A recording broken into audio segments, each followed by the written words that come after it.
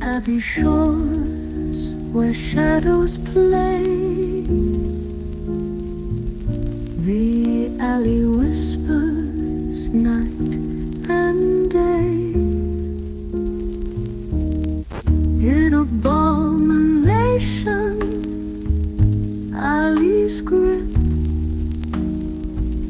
where fear and danger tightly knit.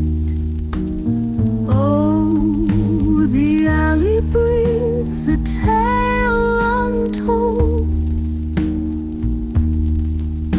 of secrets dark and hearts grown cold.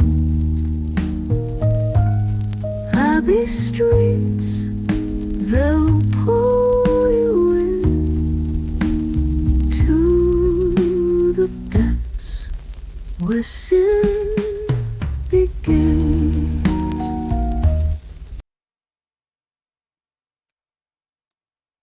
Hello, and welcome to Dire Bear. It's Tuesday night, so of course that means we're playing Abomination Alley, our BRP actual play. I'll be your storyteller for the evening, Jason, and with me as usual will be Sarah playing Viviane,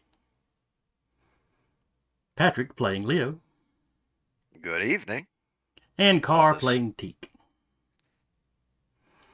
And who remembers where we left off last time? Someone took the kiddo, caused havoc at Viviane's parents' place, going in search of kiddo. Well, we know who took the kiddo. It was Philip, but we're going in search of him. Correct. I think we left off. Yeah, I think so y'all were still basically standing in your parents' driveway. Basically. I think we were getting in the car. Yeah. He had once again stolen all the mints. Yes.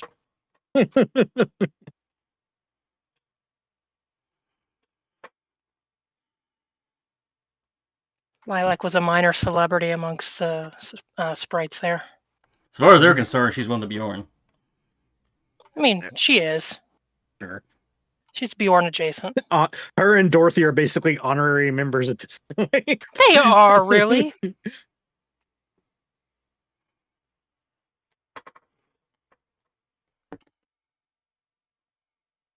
They're like y'all's #1 free employees. Mhm. Paid an exposure to danger. We don't have to play them? We were paying them? Hope the dock workers don't fight about that, or we're gonna have they're gonna have words for us. Yeah. They're volunteering. There's a difference. It's like a community service. Mm.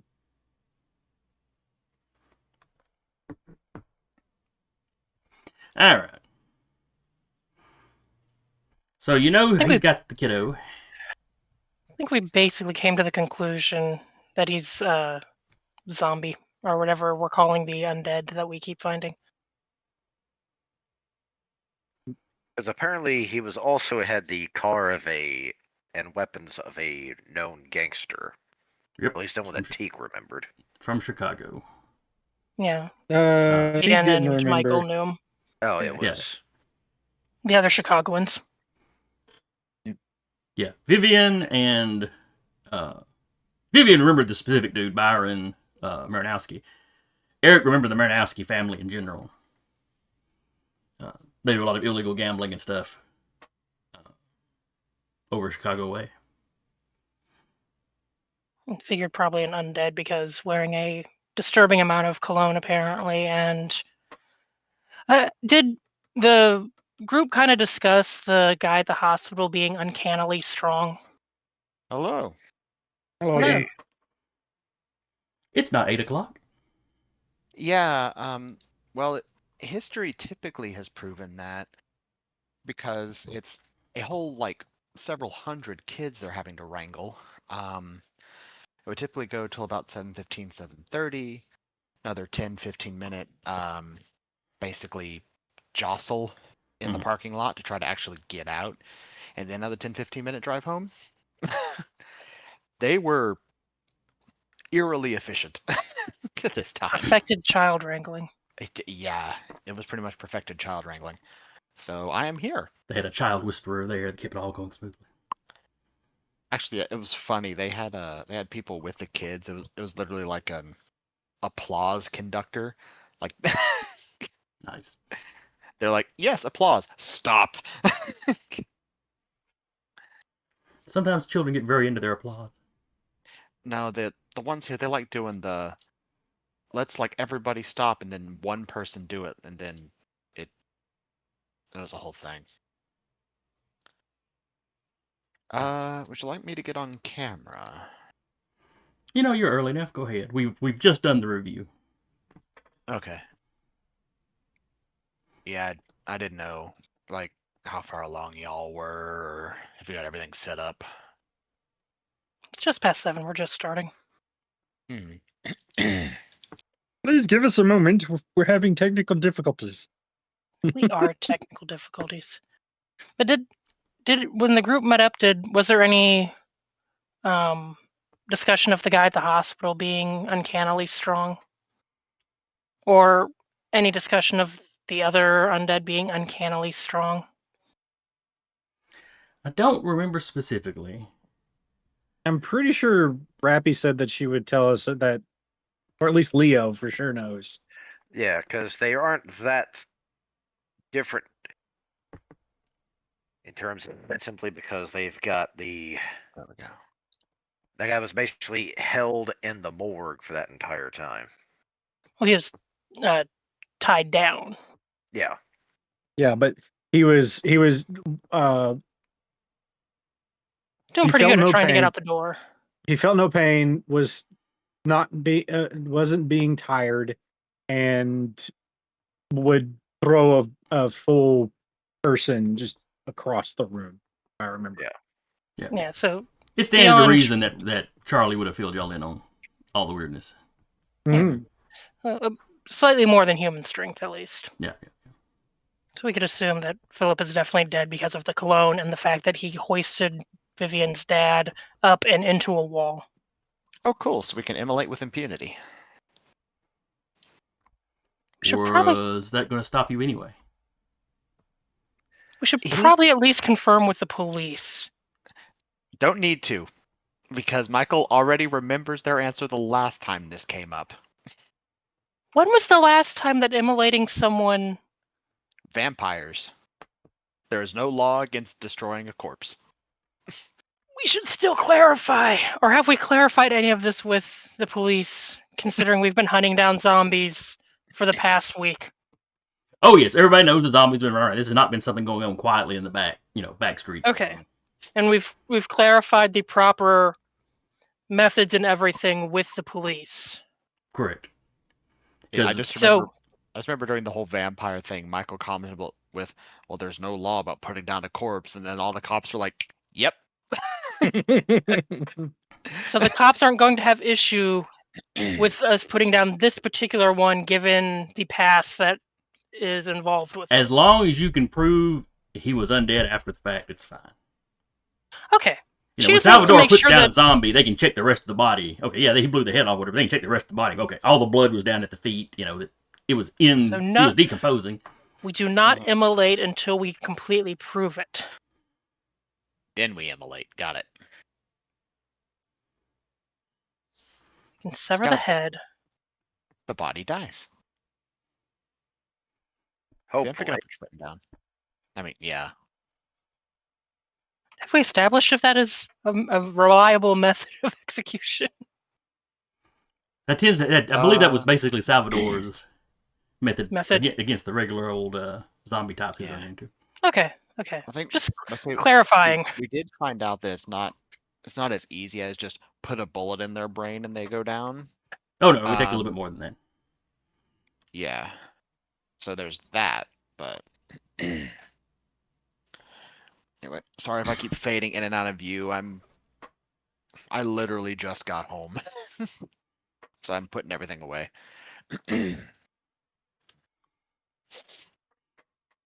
Still in my All right, so y'all are pulling out. Y'all are loading up in the cars and pulling out of Viviane's parents' place. Mm-hmm. Is there anywhere we want to start? Because we know the direction he went. Yeah, he was headed towards the north, which is also apparently the direction he came into town from. Which, following some of the main roads, you kind of go up. You come from Chicago, you would loop up and then back down into Abbey Shores. Are there any hotels in that area that he could be staying at? Abandoned warehouses, anything like that that we know of? There's not a ton of abandoned warehouses in the north part of town. You know, it's the nicer part of town. Mm-hmm.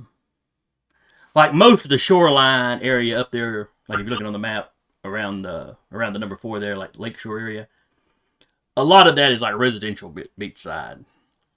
Mm-hmm. Lots of the town's rich folk living there.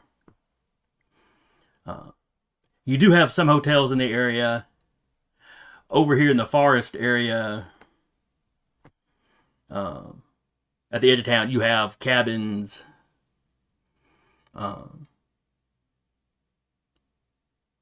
Little camps, other kind of campsites. Because that's where the park was when we actually first encountered, where we had to go up. Yeah, there were some hoof prints up there at one point. And then when you get up towards the very, very north, you got Little Girl Point's Park up there. Which was also, come to think of it, that's where you found the hoof prints at. Mm-hmm. You had hired a bunch of guys to explore the forest to see if they could find anything. And they found some campsites that looked like it had brew stuff going on.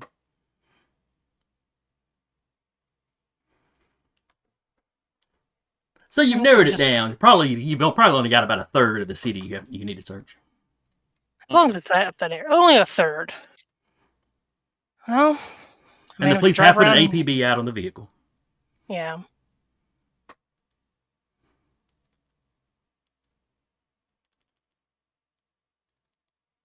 Do any of the mobs have a presence up in the north? The Italians.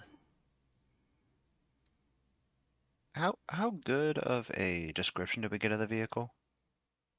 We got the make, model, license plate. Yeah, and license plate. Fantastic. Neat. Why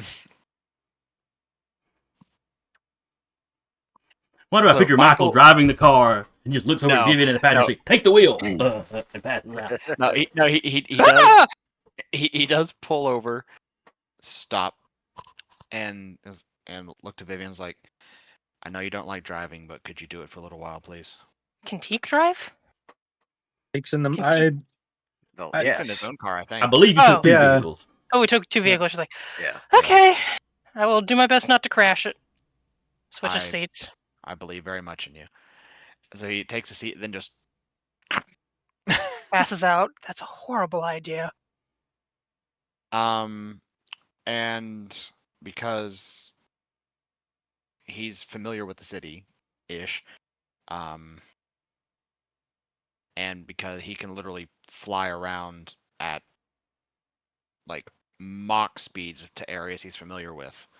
So since we know he's kind of in the north, he's gonna like blink to the hotel, to like the nearest hotels or places where this guy might be staying.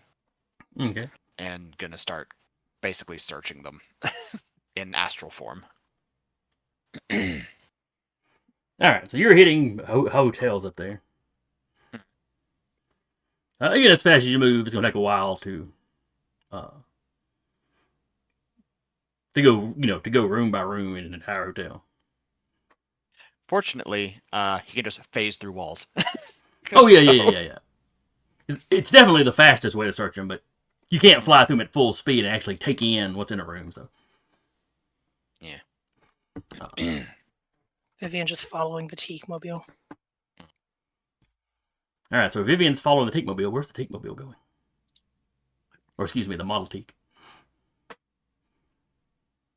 I feel like he would be trying to see if he can find the car. Like just driving around where they think it might be and just see if he can find the vehicle. Okay. Right now we just have north. We're just starting with north. Yeah. Well, we got on the main road, so that's at least something. Yeah. I figured people would be looking for the car, so hence why I did the astral projection searching, because like while people are looking for the car, Michael could be looking elsewhere while still kind of being with the group. Yeah. Just gotta shake them awake if they find him. So, I can see Viviane doing that. It's quick, it's effective. Mhm. And I had basically let my fetch basically get her sister's scent and was sent out to try to find her. Oh, I had forgotten you had done that. That is right. yeah, that is true. I Oh, forgot about that that. reminds me. With Michael in his astral projection, he could probably see the fetch. Actually, he's kind of on the same plane as the fetch right now. Yes. And So I he want could to say actually follow the you've seen fetch. the fetches materialize where y'all could see it. I think one time before. Yes. No, Michael using his abilities Yes, which is and still saw active too. the Puppy! yeah, because Mhm. it's more or less a dog or wolf shape if I remember correctly. Yeah. Yeah. It looks like It's good boy shaped. Yep. It's like a bull terrier. So yeah, so if he spots the fetch wandering around, he's gonna basically follow the fetch, since the fetch is on the hunt. Mm-hmm. Not sure if the fetch moves as fast as you, but though Patrick sent it out before, or Leo sent it out before y'all had left, so it's got a head start. Pick up the fetch and go. So well, that's the thing is Michael moves at his own speed normally, but he can basically instantly blink to areas he's familiar with Okay. or places he knows. Okay, so you couldn't necessarily appear directly at a hotel, but the nearest place in that part of town you are familiar with, and then hustle over. Yeah. Okay. Pretty much. Okay. That's if I read the ability correctly, I believe that's how it works. Like he can travel near instantly to places he's familiar with, but otherwise moves at his normal speed. Okay, that's fair enough. Let me double check just to make sure I'm right. Okay. But I'm pretty sure that's it. All right, so everybody that's in the cars that isn't, sleeping, Unconscious. Yeah. give me a spot rolls. Hot Rose. Where'd they go? It's over there. There I am. Huh! Hey. Astral form moves at the psychic's normal move rate. They can drift, float, or walk as desired. Alternately, if familiar with a location and within range, they can fly there with blinding speed, arriving almost instantaneously. Okay. So Good to know that if you hit the percentage you have on the nose, it's still a success. yeah. Yes, it's yeah. Fortunately, It's meter Michael's beat. range on this is 160 kilometers. So That covers the entire town nicely, yep. and a fair amount of surrounding area.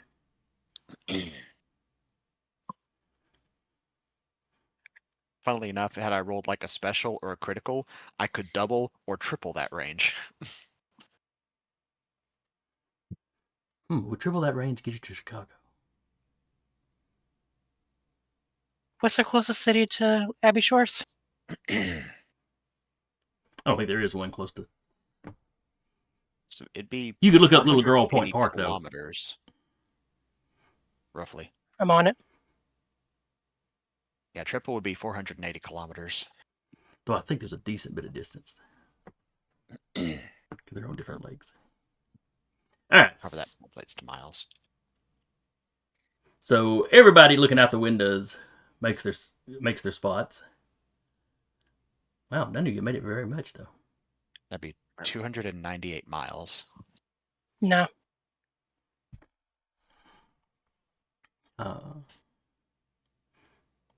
Tis what it is.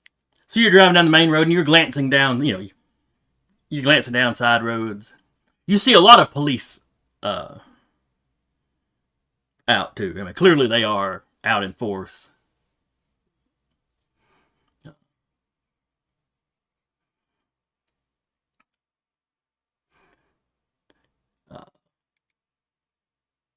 And almost at the same time, like Viviane, you spot it, and then look up just in time to hit your brake as Tika's hit the brake in front of you because Tika spotted it. Yeah, you see this bright white car with the gaudy gold trim. No, it's parked down one of the side streets. Are the police down that side street? No, you just see the car parked in front of a building. She doesn't do the full swing. She does reach over and shake his shoulder.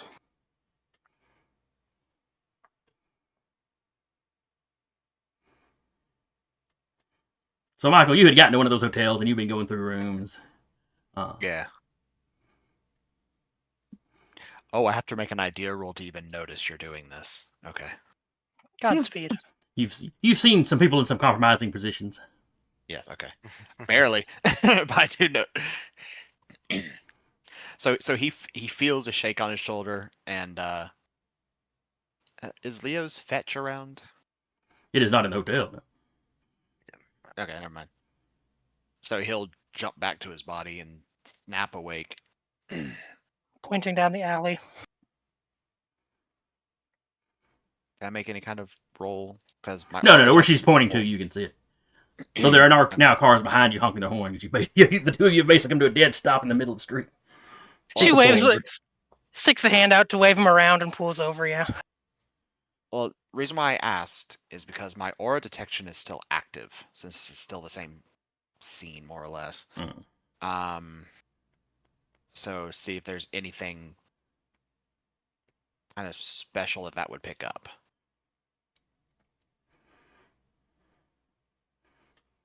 You don't see anything like magical about the car or any magical effects on the car. Mm-hmm.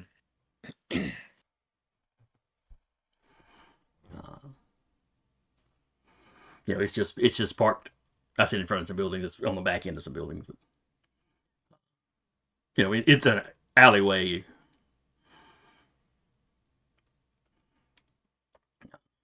But assuming y'all pull off, go a little bit further down, turn around, and come back. Mm-hmm. You pull in behind it. It's just parked there.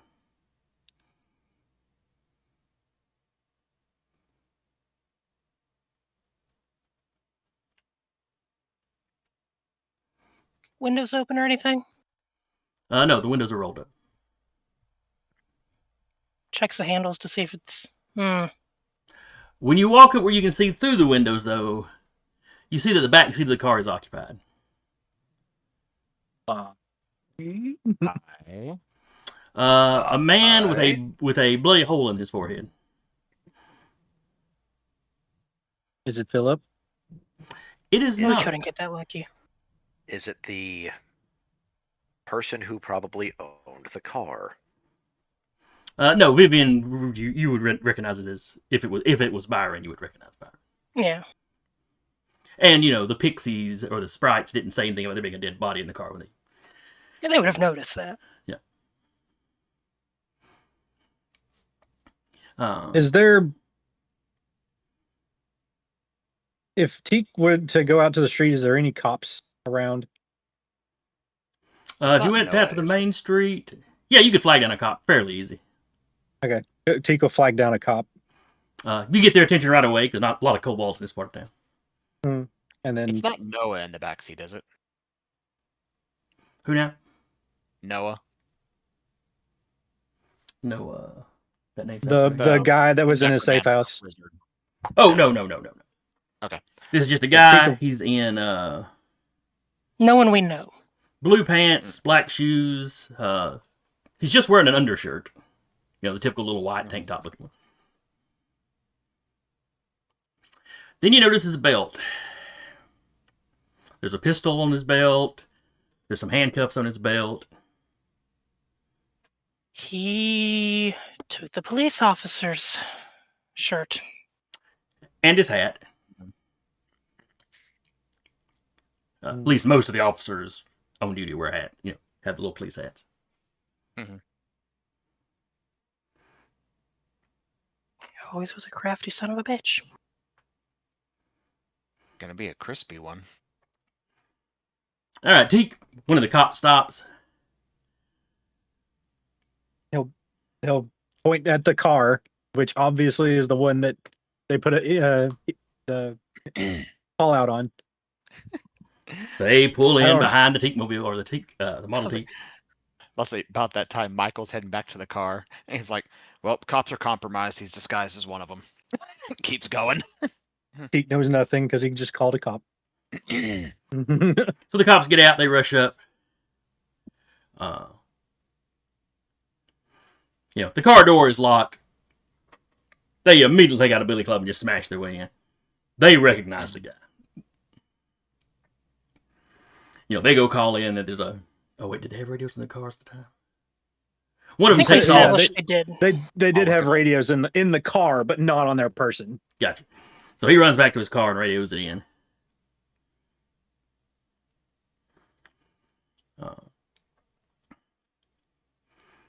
Oh, actually, no.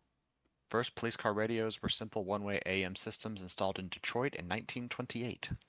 Yeah. Okay. I think that came up before. That's why Okay, my police bad. call boxes existed for as long as they did. So he Gotcha. heads off to the closest call box he can call in. Allows police to receive broadcasts but not transmit back. That's what I was thinking of. Okay. So they can hear it once it gets called back to everyone. Yeah. But still too early for that. So the cop that stays and immediately starts asking all questions. He recognizes you, so it's not one of those instances where he's like pulled a gun on you or anything. We know as much as you do, sir. We just pulled up recognizing the vehicle. None of us touched it except for... I tried you to try open a to- door. I tried the handle, but Okay, that's good. That's she points like which door she tried. She didn't try more than one door.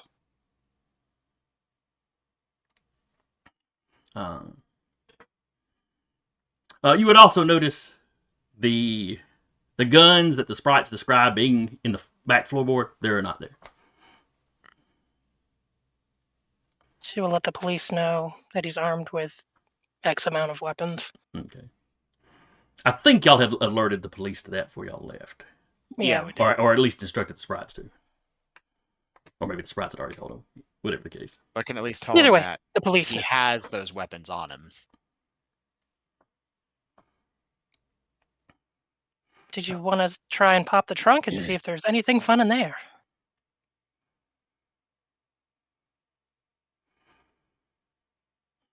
When you suggest that, the officer puts on a glove, reaches through the busted window to unlock the front door. Pops the trunk. It's got the spare tire. It's got typical.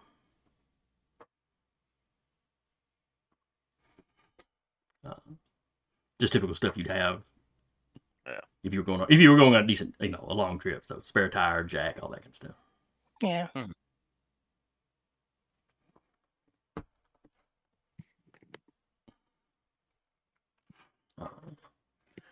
So fairly quickly, Maybe. more police show up. The forensics guys start to show up. They have now put an APB out for the police car that this officer was in. Because it's missing, I assume. Yep. And they quickly determine that the officer probably pulled him over.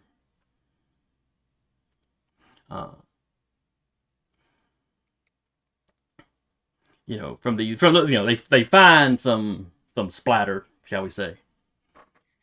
Where it's like he walked up to the window just as soon as he got there, Kablooey.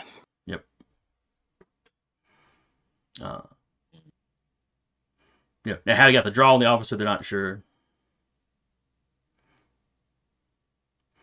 Because, APB on the vehicle, he should have been, weary as he was approaching. Mm-hmm.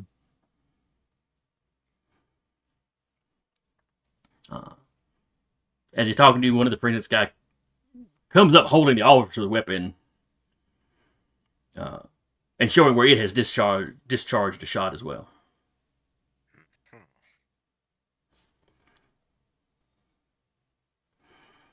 So both of them may have gotten a shot off. But there's no blood inside the car. They do find a little hole in the fabric of the passenger side seat, where it went through. Given what we've kind of figured out, it would take more than one shot to put him down anyways. Does Viviane say that out loud? Yes. That gets the officer's attention. What do you mean? Well, one of the witnesses back where the child was taken said that he smelled strongly of cologne, like noticeably strongly. And he was also able to lift a full-grown man and leave a mark on the wall. So it stands to reason that he may be one of the undead. Oh. He takes the Lord's name in vain and sighs. That's kind of how the day's Oh. going, yes. Yeah. Sorry, miss. Oh no, I've been doing it all day at this point. You're in good company, sir.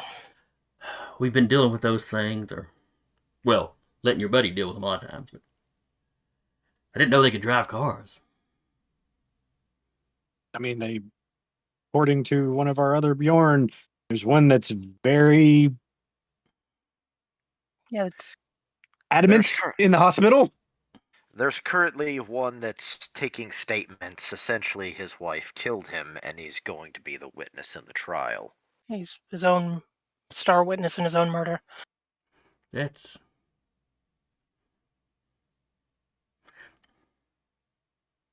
Yeah, things have gotten weird this week, sir. Yeah. It's October. It's not even Halloween yet. Lord preserve us. He actually crossed himself when you said that.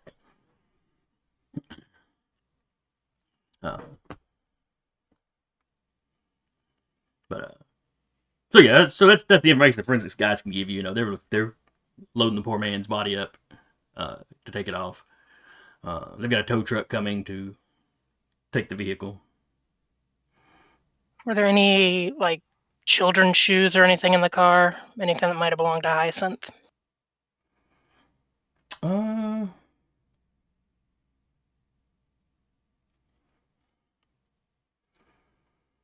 Yeah, you're right there as the forensics guys are doing their job. They don't find, kids' shoes or anything. But the back passenger side window, there are some like little smeary fingerprints that are definitely not adult fingerprints. Okay. Hey, Leo, Yes? could your fetch maybe get a read off of those? I'll have to summon it back here. Yeah, I was running around while I was out myself. Then this is me to the DM. Would it be possible for me to call my fetch back to... Yes, I Yeah, believe the that's fetch. fair. I believe you can summon the fetch to you pretty much at will. Alright, yeah, I will go ahead and do that. So it appears, basically informs you it was already kind of, it was already getting close to this area anyway. It was following the scent, but does not move as fast as the car. So only you, well, Michael may still have his. It's still active, yeah. So you see the spirit in good boy form. Mm-hmm. And to you, Patrick, it's like it's just speaking to you. But Michael, you're not actually hearing it. Mm-hmm. It just looks like Leo's looking down and talking to it, and it's just looking up at him. Yeah. To the rest of you, it just looks like Leo's looking at an empty space and speaking. Doesn't face Teak. He's seen some weirder shit. The police are a little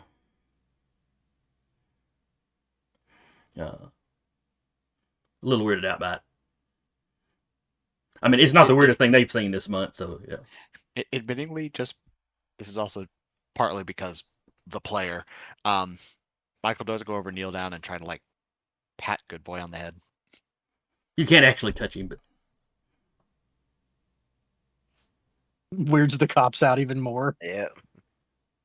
Viviane, over by Teak. There's more than on heaven and earth. the fetch just gives you a weird look. He looks back at you, Leo. He knows I'm not actually a dog, right?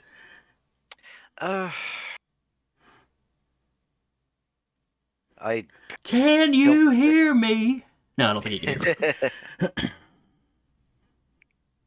Well, here's just borf, borf, borf, borf, borf. Probably don't even hear that, but yeah. Because the Fitch is just a splinter of Patrick's soul, basically. Yeah. But it runs and sticks its head, Well, it basically hops up in the back seat. And it's sniffing around. Yep, this is definitely the same smell of the same girl from the scarf or the doll or the pillow or whatever it was you had him sniff earlier. Mm-hmm. He hops down, starts sniffing around the car. He goes back, he sniffs around an area behind the car. Probably where the police car would have pulled in. Mm-hmm. Patrick, he does tell you, I smell something dead in this car too. Not the girl. Something that's been dead for a while. We've suspected that the Philip was one of the risen dead recently. So does he have to talk to the Fetch? So do we all hear him say that? You would hear what Leo says. You won't hear what the Okay. Yeah. spirit. He's just now like leans up to Vivian. Is he talking to Aaron? No, there's more things on heaven and earth, Horatio. I think he's talking to the Fetch. There's Okay. a dog Yeah. there. Michael just says next to him. To both of you, yes. Two of the cops To us, in the back are like, the orc's got a ghost dog? Or maybe just an invisible dog. I mean, the dead are walking the streets. Anything's possible. Yeah. not the weirdest thing that you're going to see this week, officer.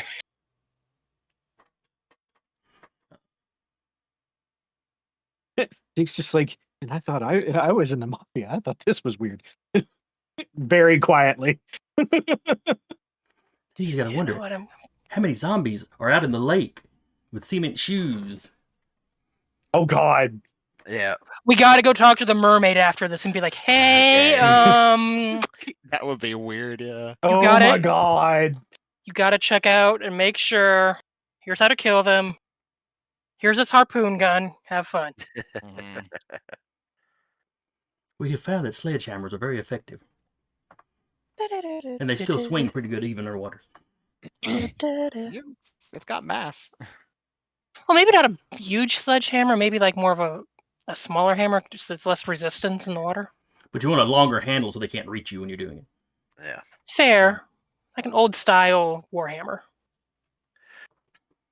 Really, what you need is a spear.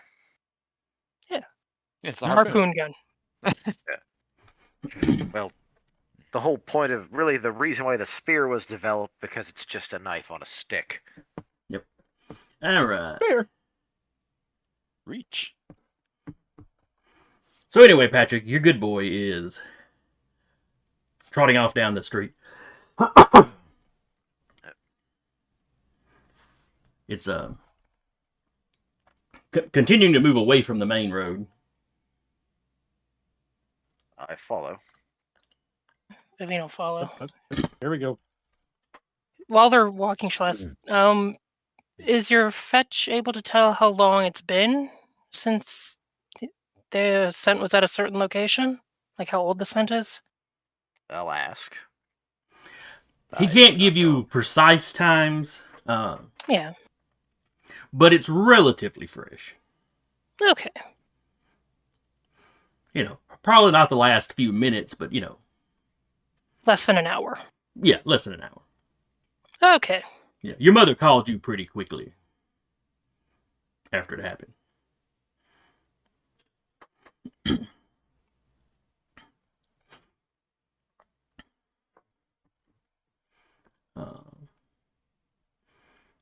Following the invisible dog. So yeah, so Okay. y'all Which means spotted we're it around following here. Patrick. Or Yep. Leo.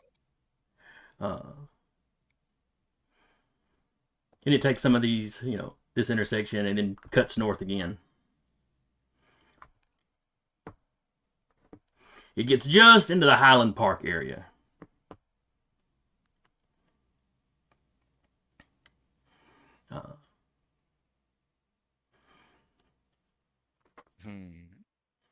when it approaches a house and stops right at the property line.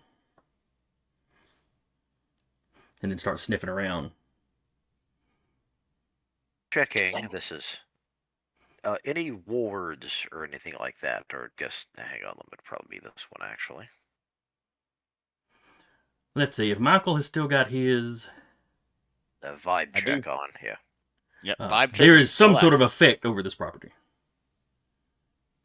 There's a ward here of some description. Is this a house any of us are familiar with? I swear if it's Voss's. It's Voss's. No, Voss has got a much larger larger place than this. This is a nice house, FBI, open up. but it is not the mansion that Voss has. I mean, she probably owns other properties in the city, so who knows? But it's not her residence. Let me put it that way.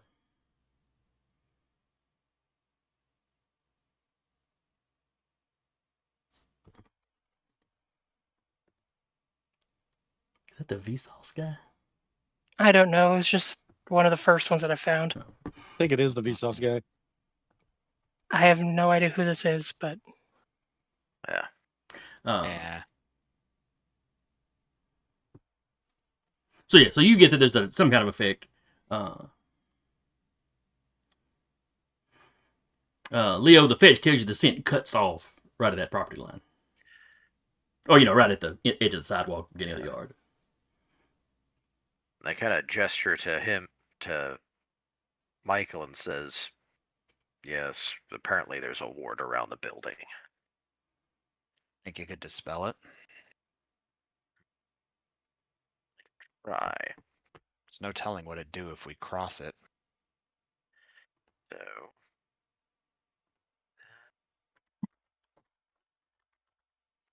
are there any rocks or anything on the road? You can find Just some like- gravel. You can find some gravel. That was Yeah. me dispelling magic, my friend. All right, so power 12. All right, warding is a 1 point something.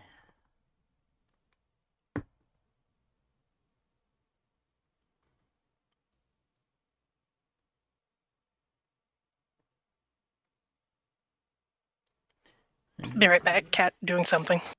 Understood. Oh no! That is attic. All right.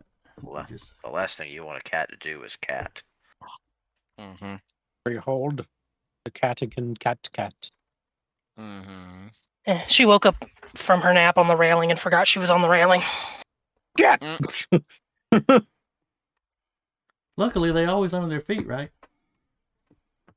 Sure. Luckily, she landed not on the stair side, but the landing side.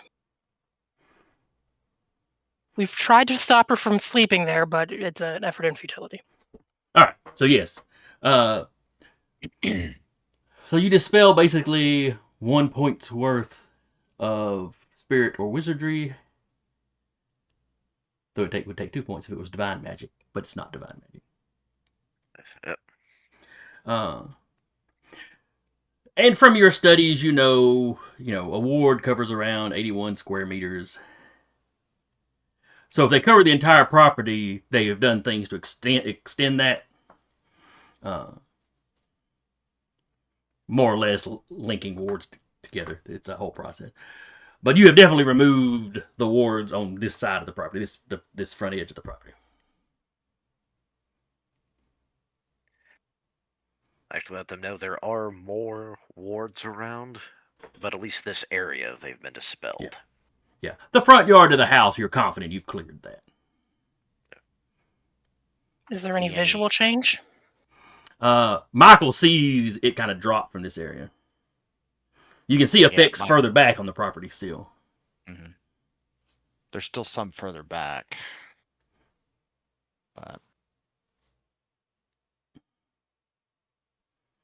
can I do a spot check to see if anybody's watching us? Like, in the house? Sure.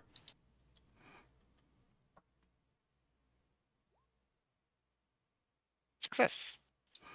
You don't see anybody peeking out the windows. Could be warded illusion. Could be, yeah. Magic makes many things possible. Mm-hmm. You can both see the ward. Do you know what it is or anything, or just that, hey, ward? I can only see it. Give me. That is Leo studying what type of ward this is. Okay, give me an arcane or occult, whatever. That's what I just Just did. did. Oh, I see. You already Got a made it. special. Oh, very nice. Sure. All right, so She's tossing up like a pebble in her palm. Like, I'm about to chuck this at something and find out what this ward does. Well, you're the ward on pretty this side of the house has been dispelled. you're pretty sure this was just a ward to ward off outside viewings. Not unlike what the charm the mayor's or the mayoral candidate's wife had. Mm-hmm. But there also seems to be something in it, like it would have probably sounded some sort of alarm if you crossed it.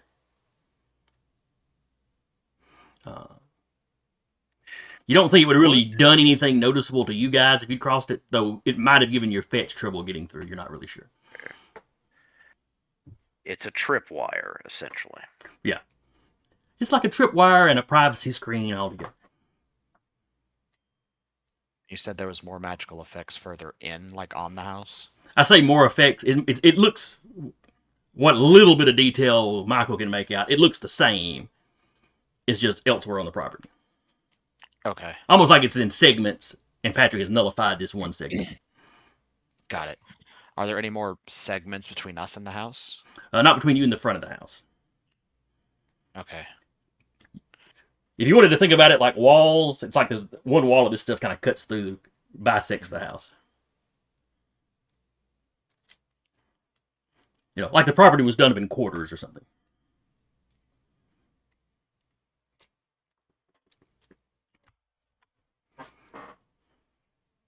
Do we go in loud? We'll say Michael would, and maybe, but he would nudge Leo. He'll point out the other spots, like if we have to go through those areas. I can basically cast it. I can cast detect magic. Yes, but mine's currently Well, active. while yours is currently active, yeah, I'll just. If I have that option. Teak and Viviane, while the magic / psychic guys are discussing their craft, Viviane and Teak give me spots.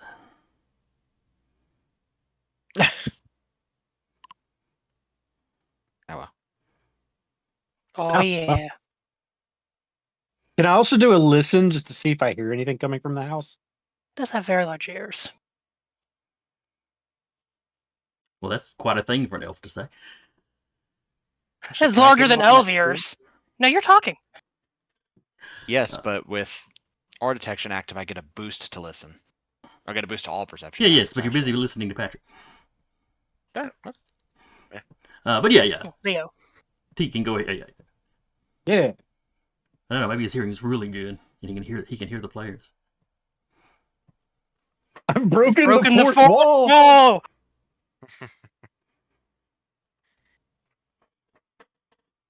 And a raid is here. How wow? Teak can just barely make out a little music coming from the house. Like somebody's got a record player or a radio going. As far as the spots, yeah, you notice like across the road of the property, a little old lady has peeked up over the bushes. Like the bush is only waist high. She had to be crouching behind them. But she's in like a little sun hat and, got little gardener gloves and little clippers, It's like a rose bush she's got up. Up at between the sidewalk and the rest of her yard. You know what? Viviane's feeling froggy. She'll walk over there and be like, pardon, can I ask you something about the house over here? Oh, sure. And she, sets the clippers down, stands up, brushes off a little bit. Have you seen... we were sent this address for someone. Do you know if anyone's home? It's been up for rent for a little while. Hmm. And just last week, I believe a man moved in. I've gone over and knocked on the door, but he either wasn't home or didn't answer then. Probably busy getting settled in, I would imagine. Yes. He had a very fancy car. Which, his car wouldn't be out of place in this area, other than it's, a little gaudy. Yeah. And you'll notice she says fancy and not nice. Exactly. Yeah. Mhm. But I saw a police car pull up earlier. But like into the garage. Well, maybe he's working with the police. Maybe had acquired a job with him. Well, that's I've always been possible. saying something about looking for a job. Oh, well, that's very possible. You said about a few weeks ago? 2 weeks ago, I believe.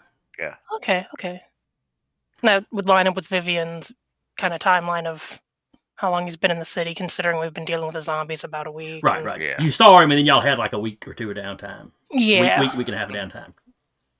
Cool.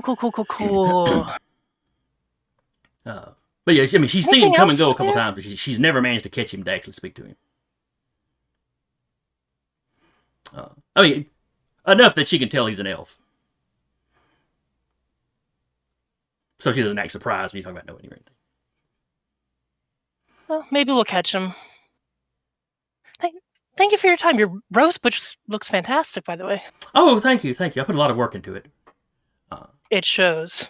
And she looks like retirement age-ish, so, Yeah. Yeah. And she'll give a little nod and thanks and walk back across the street. She kneels back down and starts clipping, but, Keeping an eyeball on us. You're not sure if it's suspicious or if she recognizes you or if this is just the neatest thing she's seen today. She, 2 hours later, she's going to be like, Doris, you will not believe what happened today. There was one of those Especially little when she lizard starts guys, whatever hearing- they're called. Especially when they start hearing gunfire come from the house. Mm-hmm. Maybe the wards will muffle it. Maybe that'll happen. Sure, totally. He's Oh, that just that would be nosy. useful if you were a villain. Doesn't let sounds in, doesn't let sounds out. Mm-hmm. Yep. Makes it like a little mini Las Vegas. Everything that happens here stays here. I like that. Well, Magic Boys, what are we doing? I'm about 3 seconds walking in. I mean, I I'm go forgetting and- to start burning the place down, but There's a small child inside. Please don't. Yes, there's no. Yeah. that's why I said get your sister first. And before we go in, just be on the safe side. Dang it. I have to spend that point, but I was going to try to essentially deactivate the wards on the other side before we went in. So, but that didn't happen. Yep. Well, once you kick in the front door, they're going to know you're there anyway, so.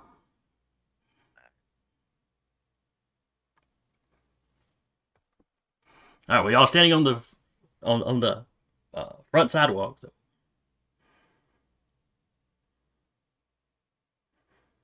And it was just if it's a rectangle, only the front part where the lawn is taken down. Is what I'm imagining. The ward. Right. And up to the front door. Or think of it as the property is a square, and you've got like an X cutting the square into 4 sections. Okay, that makes sense. Michael can't really see the individual sections, but he can see the one wedge that's empty.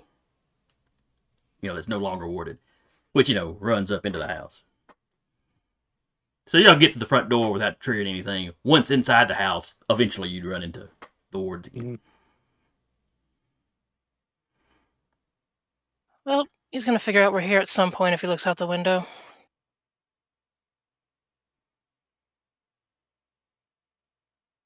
If no one stops her, she's just walking up to the door. Teek's following her. So is Michael. All right. Magic can only get us so far. Not that I don't appreciate it. And understood. She has pulled out the pistol too. And the It's little behind lady her across back, the but- little old And- lady across the street gets up and heads into the house.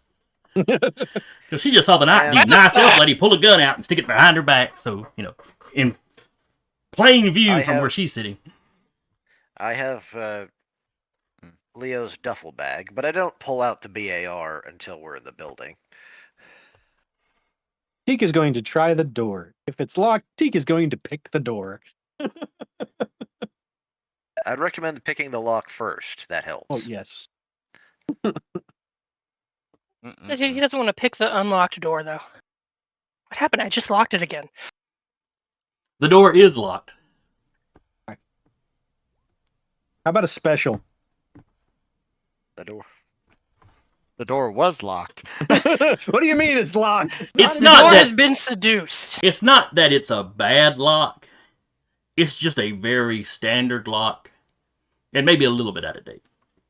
You just watch Teek and then just open the door. This is somebody's rental property. They haven't bothered changing the locks in a while.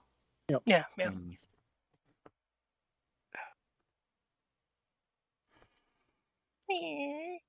The music is much more audible now. All of you can hear the music clearly now.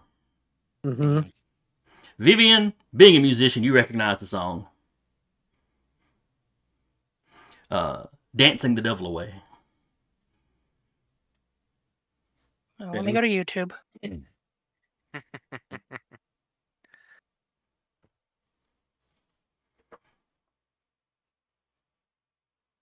Carry on. I can YouTube.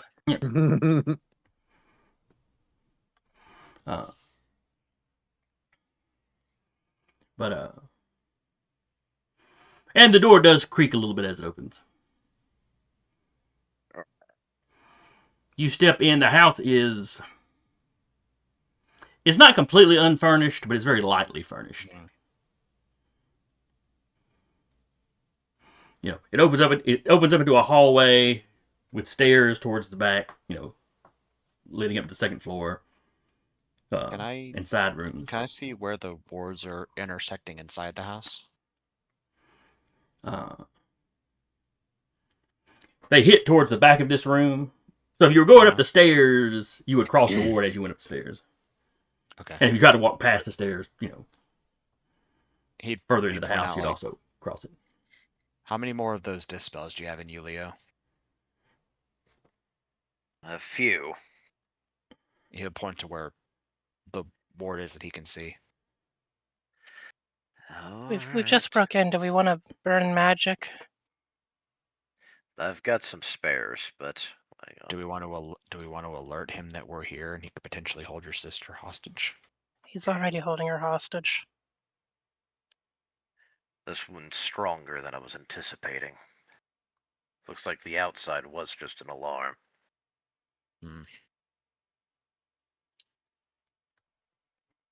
Well, we'd be crossing it if we go up the stairs. Aside from being sparsely furnished, do we notice anything else? I will roll for it to. It if I need is to. very dusty. There's cobwebs in the corner.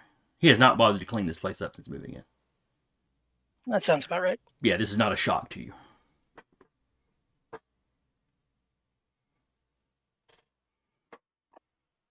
Listening, any sound of toddler or other people?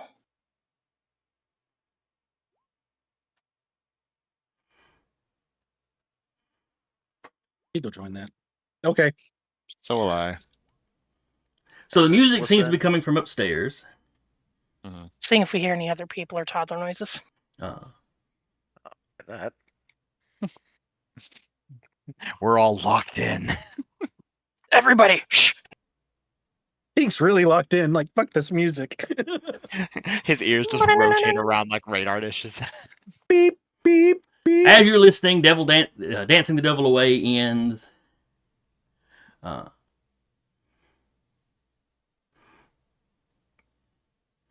There's a moment of silence. You can hear just a little bit of, something upstairs. And then another song starts playing. Vivian, you recognize it as the boogeyman is here. Oh, the Halloween. Yes. Well, if everything's going down upstairs. Yep. And you Across the line. you think you hear. Let's see. Everybody got a success, right? I got a special. Yes. And you hear something extra as well. You think you hear Philip's voice upstairs, like it's muffled.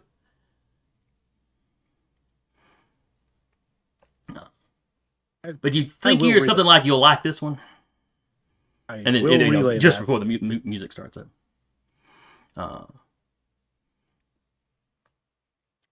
Well, everybody heard that. Vivian recognizes the voice as for sure being Philip's. Teak, you also hear some, it's like, okay, yeah, you hear him talking, you hear the music. In the break to the music, you hear some sort of shuffling, heavier movement downstairs. You move back past the stairs like it's in a back room or something. I will mention that to everybody. So there's something else here. Yeah. Not just him, but there's something else in a back room or something. I said downstairs, like downstairs with us, or downstairs, like downstairs in a basement? Downstairs with you. With For our us. purposes, there is just the downstairs where y'all are and the upstairs. Okay.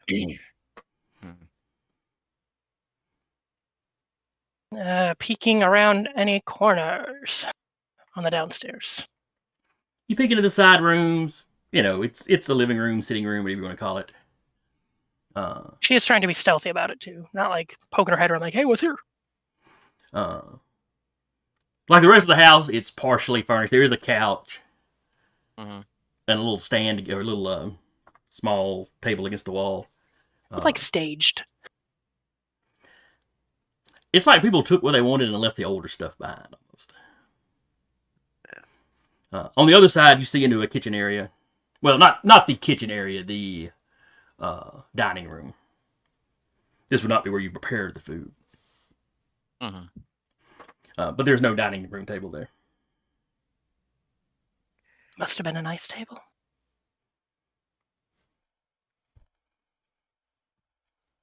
It was mahogany. That was mahogany.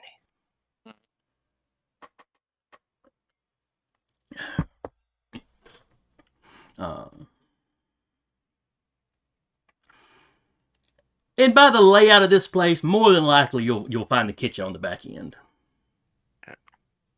That'd mean crossing a ward, though, probably. It would.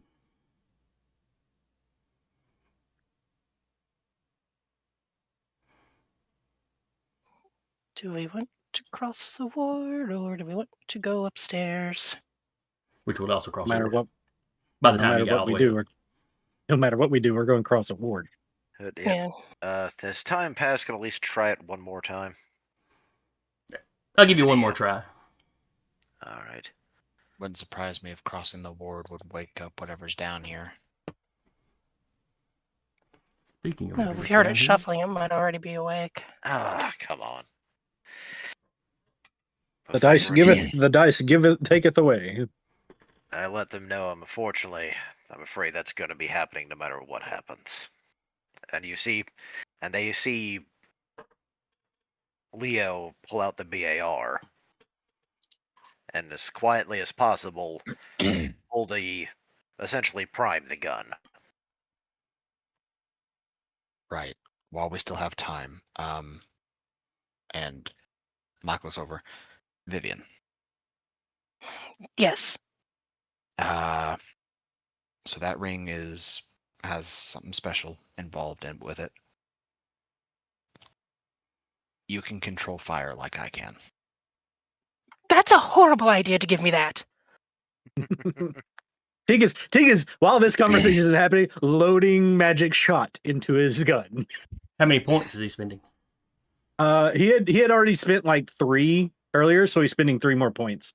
Okay, so you got a full Full round, 6-round shot. It's not a lot. You can get about 2 bursts with it. If I remember correctly, it's got 5 POW in it. Okay, so 1 then. Fantastic. Because the pyrokinetic power takes 3 to cast. I'll do my best not to burn the house down. Are we going in the back? It's very obvious she's starting to stress out at this point. Are we going in the back? Are we going upstairs? If we're aware there's someone back there, we're aware we can be pinched, so they can't really surprise us. Split the party. We didn't hear what you said. Oh, I said split the party. Oh, yeah. No. It's a horrible idea.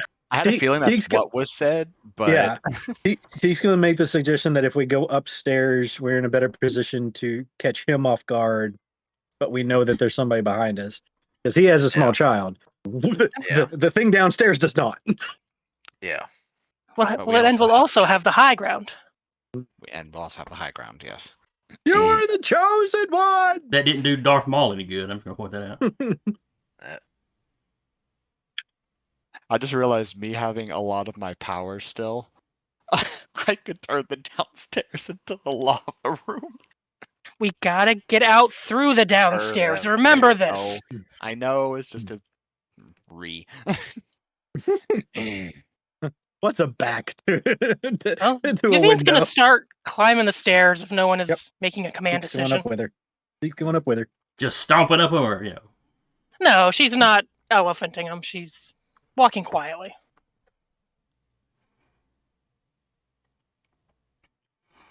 I'll stealth roll it if I need to, I guess.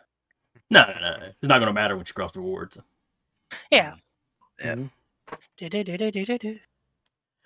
You get about halfway up the stairs, or a little bit past the halfway point. Michael, you can see that she's just crossing the ward now. Yeah. And then you all hear, "Oh, we've got company. Come here, little one."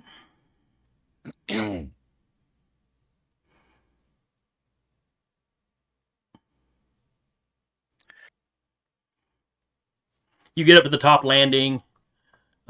The door. Keeping her gun behind her back. The door, you hear, that you're hearing the music through. Opens up. Philip steps out, holding Hyacinth, like directly in front of him. He's just sort of looking around her. Basically, the whole, "I have a baby. Do not shoot the baby." Yeah, don't shoot the baby. Don't set the area I'm on fire. In Elvish, she will say, "I always knew you were a coward, but hiding behind an infant nearly is a new low for you." Well, your boyfriend, he's speaking in English. He wants everybody to understand this conversation. Well, your boyfriend has something of a pyromaniac streak. So as long as you don't commit any violence, there's no reason for violence.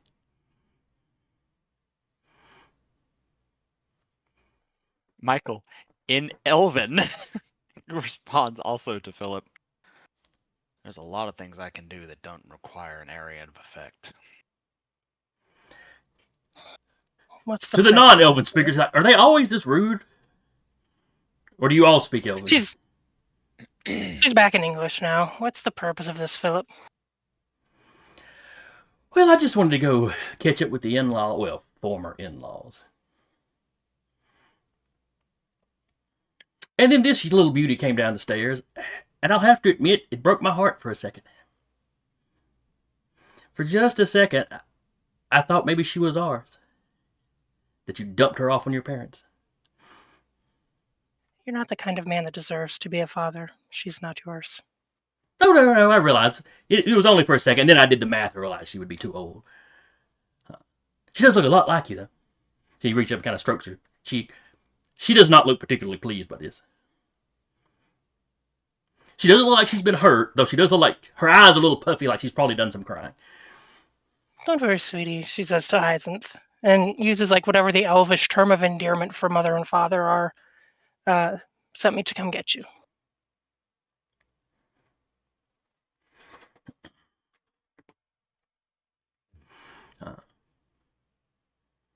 Philip looks slightly surprised.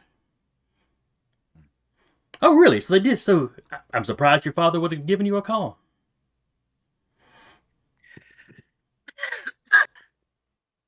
Philip, just Desperate times. get to what you want.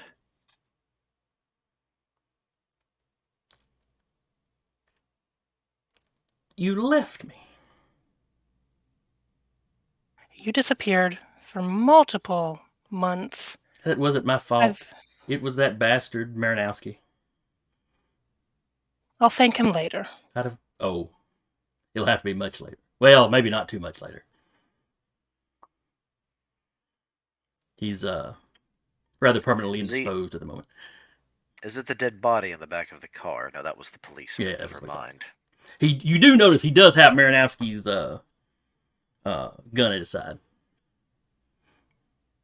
Not drawn. It's just he's wearing a holster. I was going to slowly pick your new life apart. Burn down your club. I don't even know why you were bothering to work. It's not like you needed to. Not when you took half of my money.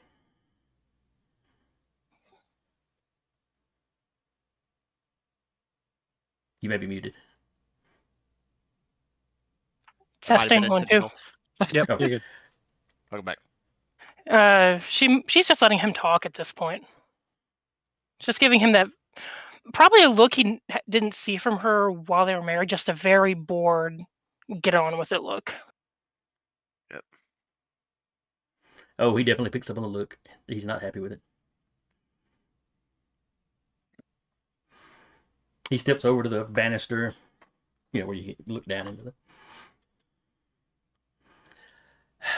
I should probably thank you. You're going to save me a lot of time. I was going to pick your life apart one bit at a time. And now you've brought me all your friends at once. Is his back to the banister by chance?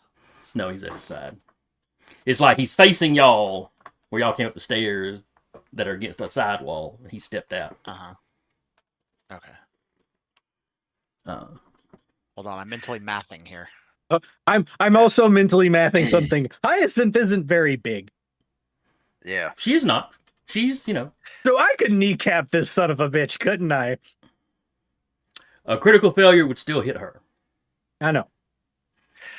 But can I also add in that I will use Teak being successful as the catalyst, but if he does kneecap him and he drops Hyacinth, can I then set the upper area, considering it says I can set a size area ablaze, area above Hyacinth, not in her sphere, and sort of like out, like... Let's try not to traumatize the toddler too much. Into the open air, basically, where I'm not setting the house on fire. I am also keeping an eye on the stairs. So he'll just take all your friends out at once. Then he'll decide what to do with you. Better men than you have tried.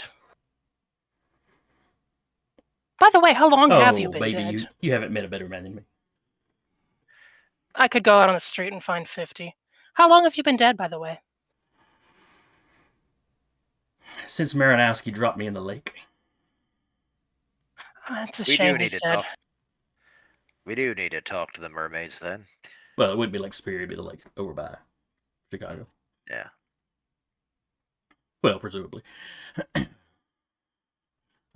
Viviane has put the gun in the waistband, for lack of a better term, belt waistband of the small of her back, so both her hands are free.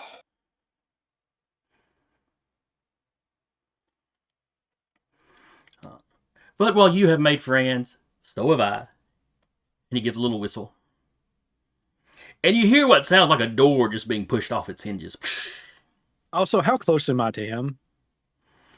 Viviane is probably 20 feet behind him, and all of y'all are kind of behind her. Then it would it be considered close range? If I were to fire? Uh, Because doesn't it yeah, though you'd also be firing kind of around Vivian. Hey, And like I He could said, he easily is push her now out of the leaning way. up against that banister Mhm. with Hyacinth in that arm. So you don't know which way Yeah. she would drop if he dropped her. He's not like actually dangling her over the side, Michael Jackson style, but it's not far from it. How's that for a reference? Yeah. We all got it though. But anyway, you hear that pushing down noise, and let me jump over here and show y'all a little handout as y'all see, as two creatures walk into the room. Where did I put the handouts? Ignore the people in this picture. They're not important. Where's the handout at? Oh, there There they it are. is. Oh, aren't those adorable? Can I have 10? Pumpkin bears. Jackal bears. Oh my. These creatures, the memory of these creatures has managed to persist in strange folk culture, much like the brew. Very much like the brew. These are very obviously creatures of chaos.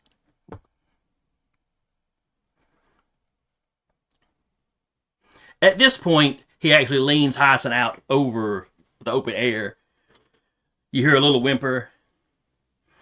He whistles again, and the two jackal bears come on their back legs and are like, snapping their mouths. Think classic villain with a crocodile pit kind of behavior. Mm-hmm.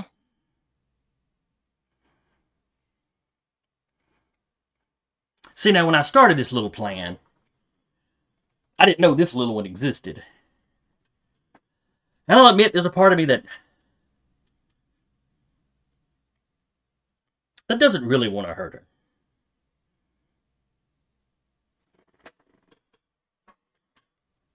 I mean, she might grow up to be the good version of you. One that doesn't abandon vows. She's not saying anything, but the look is speaking words. He seems to Let's be say- enjoying the look. I'll say Michael can chime in. He's like, legally, you can't exactly hold vows to a corpse.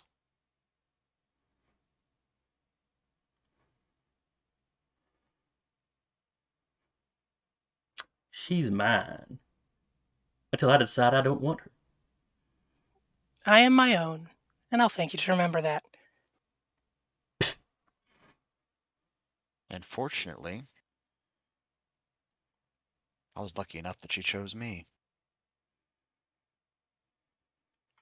This whole time, she's keeping her eyes on Hyacinth, just so it's known. So if he tries something with Hyacinth, she is making some kind of acrobatics diving roll, I'll say even if it throws her over the banister. Michael is working his way to like a little bit further down the stairs. He he is willing to throw himself at these bears if he has to distract them.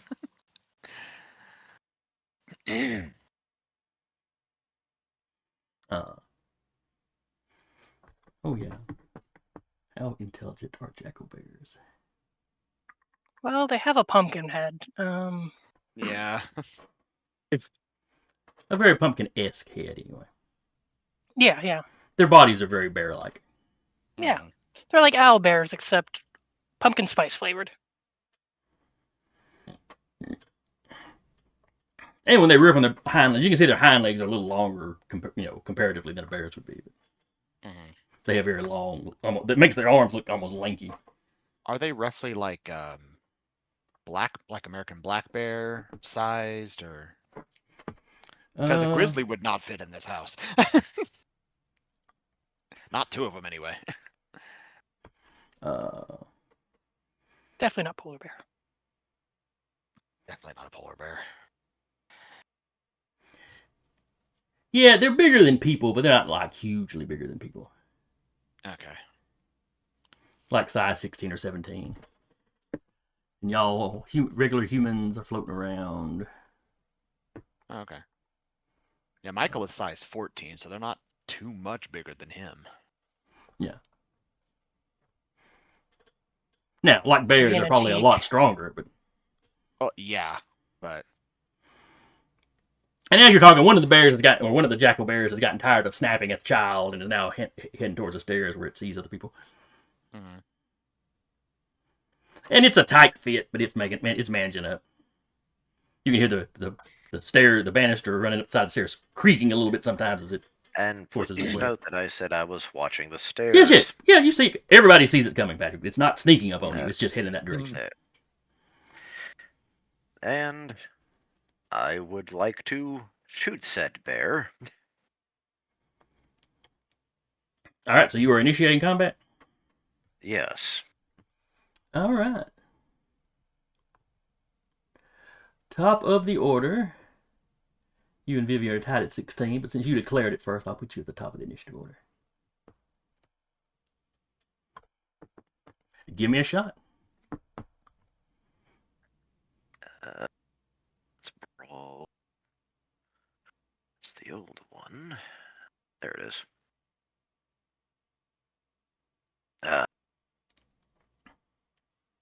That's a miss. Yep. Barreling up there. Just thankfully, Yep, I've got you 2 more fired before tries. you really lined it up good, so bullets pepper the wall. The jackal bear roars. Both jackal bears actually roar. Hyacinth cries out. She's actually crying again. Kicking her little feet. But desperately hanging on to Philip's arm. It's almost like she doesn't trust him not to drop her. Mm-hmm. Wise.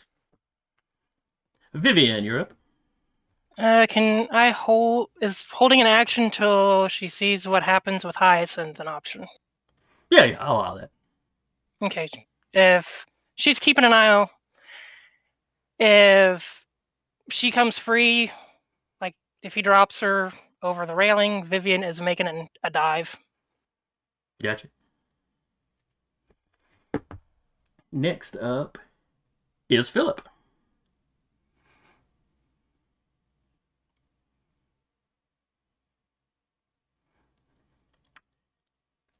He doesn't so much drop her as it's like all of a sudden she just passes through his arm. But she is falling. All right, what do I got to roll? Athletics, probably? But let me look at a character sheet and make sure it's not some other. Don't think we have athletics.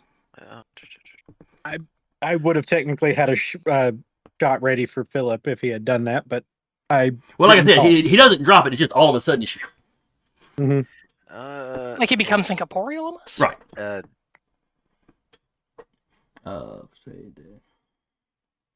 Dodge, maybe? Nah, dodge is defensive. Dex, in this case, you're just asking for a quick reaction. Is that what you're talking Yeah, about? that's what we're going. I'm not seeing a skill Agility. that jumps out. There's so Okay. many skills I don't have remember. So, Mm-hmm. so yeah, just give me an Normal? agility roll. Normal or Um, easy since she was keeping an eye? Yeah, but there's a little bit of running and you having to dive over the banister. So we'll go with normal. Alrighty. I'm going to re-roll that. All right, 5 power points. Luckily, you don't have much else to use yours for. yes. Like, I will re-roll this until unconsciousness. I know I'm probably going to take damage landing, but she's landing in such a way to, of course, Save the child. yeah, land on her back, not smoosh the child. Yeah, I'm picturing the whole dive, grab her, and then kind of roll over. Yeah. Luckily, there's a jackal bear down there. You might land though. Fantastic. It's going to be a soft landing, folks.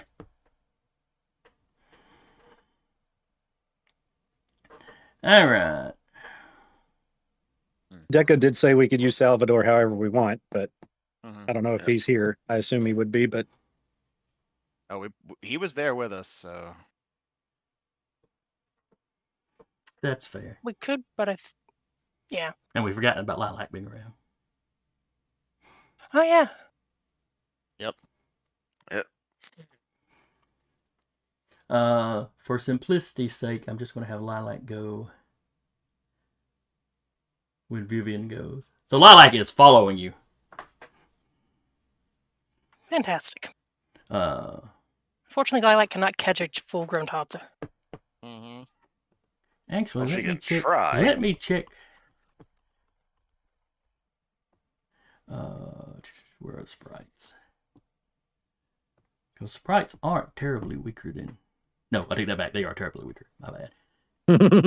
Their con Also is the just a same as everybody. size thing. Their con is the same as everybody else's. They're sturdy little suckers, but no, their strength is 2d4. Yeah. So with a 5 strength, it's roughly the average. She might be able to catch a toddler. She'd have to get really lucky. Maybe she couldn't, stop the fall, but maybe she could slow it down. She could feather fall the toddler.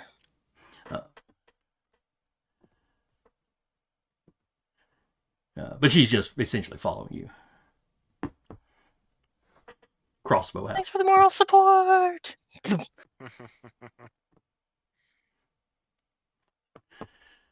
I really wish I knew some advice that she could shout out about how to take a rough land. She's got experience. Tuck and roll.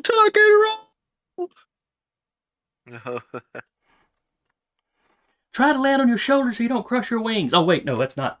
Never mind. That's not going to help me. All right, so you were falling. We'll get back to you. Yep.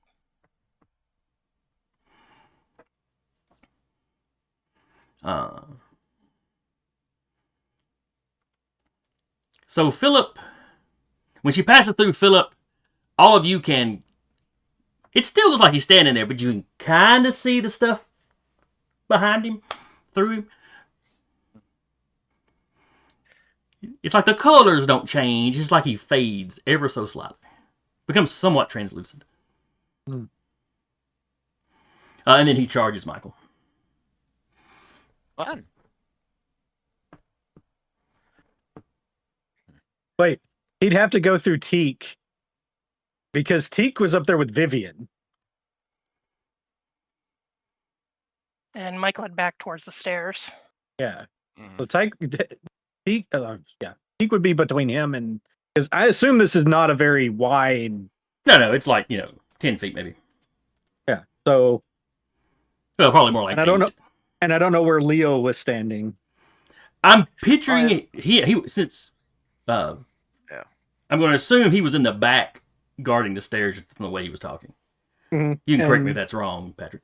Yeah, and No, Michael it was heading back towards or down the stairs. I can't remember. He was heading towards the stairs to basically get a better line of sight to if he could use pyrokinetics to only hit Philip and basically the open air of the second floor that, where the sort of open. You're doing the D&D exactly. Where can I place the fireball to just get this guy, not my Basically, buddy yes. who's fighting him? Yeah. I didn't. That's basically what he was doing. I didn't ask if my allies were in the area. I had just said fireball. I said cast fireball. Mm-hmm. I'm confident we're playing with Skyrim rules. The kid will just get up. But we are not. No, we're not. All right. It's got like 2 hit points. So yeah. So Teak, he just passes right through you. Okay. That's not fun. Michael, Leo, he's on you. Yep. And So if Michael, he's he passed- engages you in spirit combat. Okay. Not an astral form, but all right. That's okay. He can reach into your body to get to your spirit. Oh, fun. Welcome to the fun of the resistance table, sir. Mm-hmm. Now, do you want to make the roll, or do you want me to make the roll? What the heck? I'll make the rolls. Choose the form of your destructor. Basically. Well, this way, if he dies horribly, he has only himself to blame. Yeah. All right, so put your pal in the first box. Mhm. Put his pal, 15, in the next box.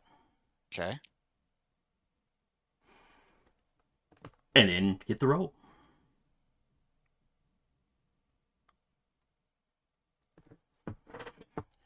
Fail the first one. All right.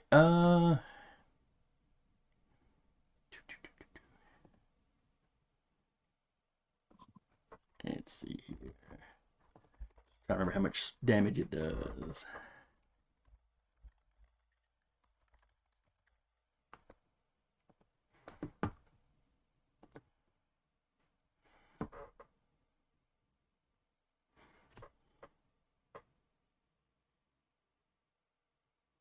Oh, that's interesting. They actually supposed to both be making rolls.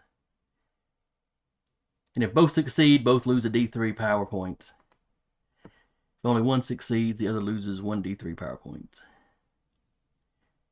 If neither succeeds, no result occurs. Okay. So he'll have to be rolling as well. All right. Mm-hmm. And I'm using the full spirit combat stuff for this because everybody's in combat. So, Got it. you know, when Patrick's fighting for spells, I always did the abbreviated something because a full Yeah. combat would have taken so long. All right, so he needs to roll his 15 versus Michael's 16. Ignore the fact this is George Stone. I'm just using Duba's character sheet. Yeah.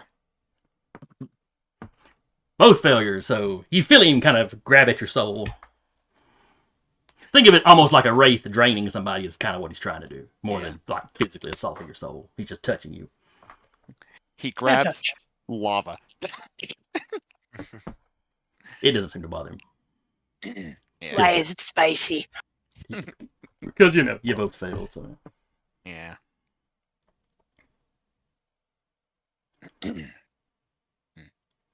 All right.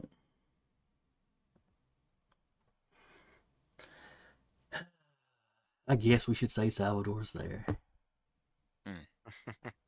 So wait, becoming incorporeal and dropping Hyacinth didn't use up any of his action or anything to do that? No, Wow. Okay, just asking. he is not a regular character. He is a critter.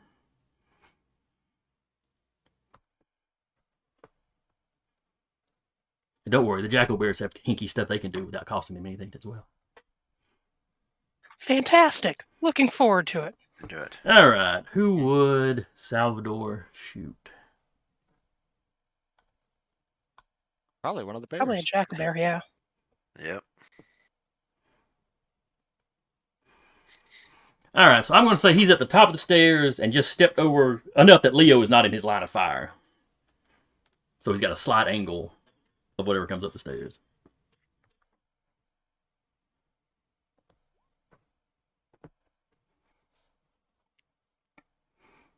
All right, so that was a success.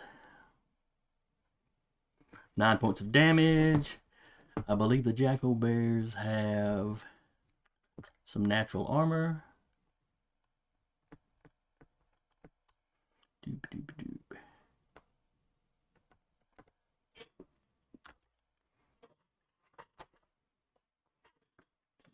This is armor. All right, so he takes a little damage. It was a minimum roll. I should probably look at how many hit points they've got. All right.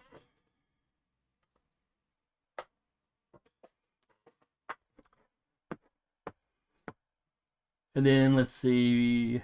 Viviane didn't shoot, so now it is Eric.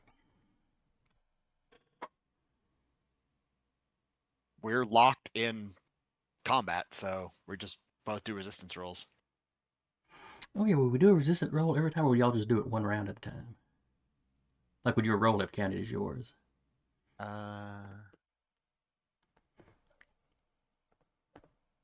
Welcome to Spirit Combat, where we've not done this before.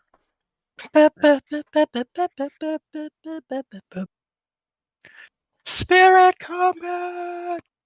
The And what attacking happens character. is Okay, so when once you combat actually has been see this- initiated, the outcome is determined with resistance rolls. The attacking character goes first, using int instead of dex to determine what order the combat will occur in.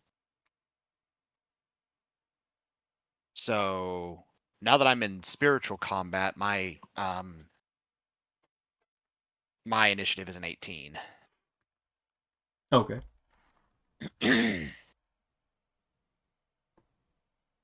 So. I mean, how do you want to do it?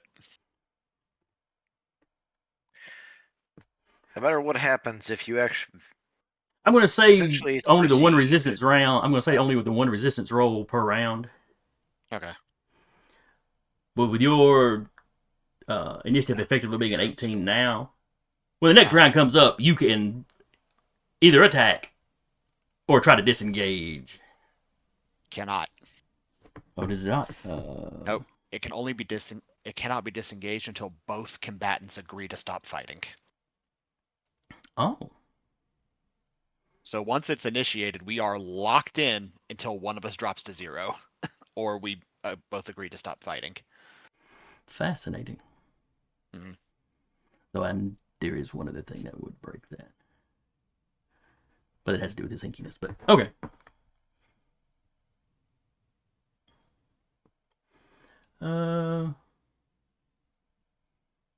Right, so I guess my turn is we were fighting, Yeah. at least for this round. Unless this is a new round, in which case I'll make a roll. Let's no. So he went on a 14. It would have been her turn. Then Salvador went. It would have been your turn, but it switched. Um. Oh no, da-da. that was the one I was looking at, thinking it was Viviane again. Was actually Charlie. yeah, Charlie. Ooh, what would Charlie do? Because Charlie should be here too. Yeah, can't go down the stairs because Jackal Bear in the way, which probably means that Charlie would shoot the Jackal Bear. Saying Leo gets another turn, I believe, but it's not on the initiative order for multiple shots. Yeah. All right, so 16. Then it's 5. 5 Yeah, dex it would strikes be the later? same as mine. Oh, that's right. Yeah.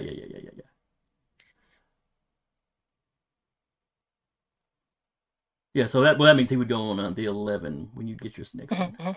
Okay. So yeah, so Rappy, where is Rappy's character? Why is Charlie not in the list with everybody else? Yeah, no.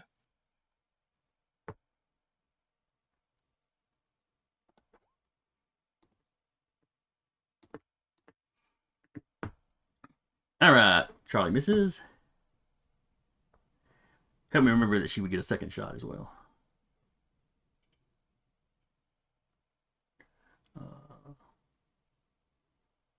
No, she got a medium revolver. She's got SR/attacks 1. I think that's wrong. Medium revolver? Is that what you've got? No, I've got a light pistol, but I feel like there'd be more than one shot in it. Spin it up. That's armor. Okay, I'll let Eric look that up. And With it being a revolver, it should be 6 shots, I think. Said medium revolver. There's 6 shots in the gun, but it's how many you can fire around. Yeah, Oh. medium revolver. Only one. Okay, never mind. That feels weird though. A light revolver is 2, and a medium and a heavy revolver is 1. Whereas a pistol light is 3, pistol medium 2, and a pistol heavy is 1. Okay. All right, so her and Salvador. Sarah's not shooting currently. Falling through the air currently. Yep. It'd be Leo and Teak on this round. So I then we think. get down to Teak. Yep. He's going to shoot the Jackal Bear that's like right there at Hyacinth and Viviane.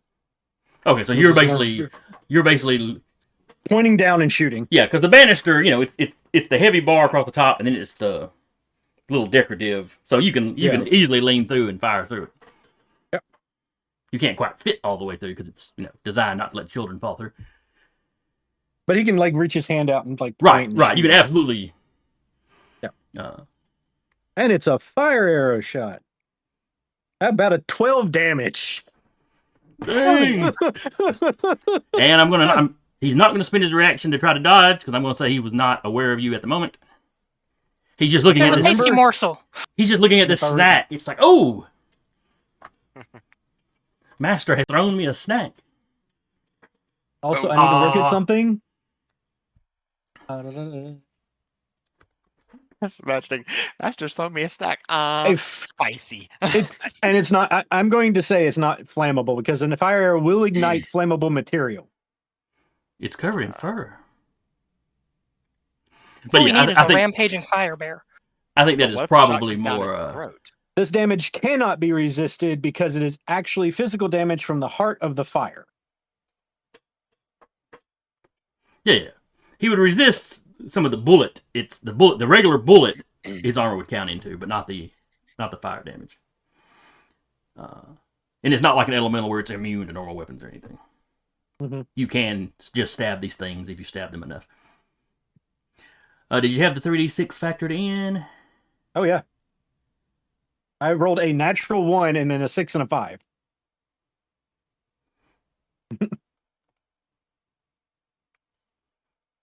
Let's see here.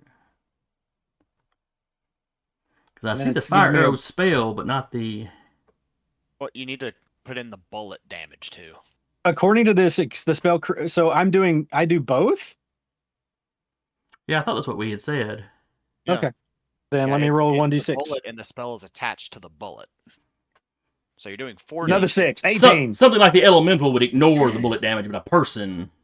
Okay, I'm going to then increase this to 4, so we know that at least it's 4d6 instead of 3d6. Okay. All right, this is the other jackal bear. That is 18 damage. Fire damage, but 12 fire. 8 piercing. No, 6. Yeah. You cannot get an 8 on a d6. Well, you'll never will with that attitude. Mm-hmm. The special d6s. So, that, that major wound button you have on your sheets? Click that bad boy for me. Click that bad boy for me. I gotta find it again. I don't remember where it's at. For you. No, right across from the ranged weapons, just in that same line. Yep. Yeah. A punctured lung leads to a weakened respiratory system. Deep stomach wounds become chronically reinfected, or belly wounds weakened digestion and general health. Kidneys and liver are damaged or make up a new wound effect. Lose 1d6 con, may affect hit points, damage bonus, and reduces movement by a number of units equal to 1d6 rolled. Your character is unable to fight. 1. Reduces his con by 1, and reduces his movement by 1, but he's unable to fight. And reduces its max health by 1 as well. Yep. Yes. Because the con went down. So we will effectively just count that as 1 more point of damage. For simplicity. Yeah. But it is unable to fight, so it kind of rolls over. Okay. You got it. Basically, you got it in like a gut shot.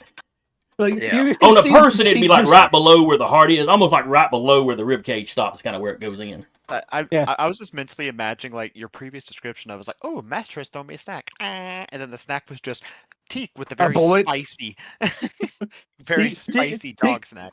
You just see Teak cinnamon Tic Tac. Cute. Big red gum. Big red gum. So it falls back. There is smoke coming out of the little, a relatively small, compared to the body at least, entry wound, but you see smoke coming out of it. Yeah. And it just kind of gives the trigger. It falls over and curls up. He pulls the trigger and then pulls back the hammer and then aims at the other one. Yep.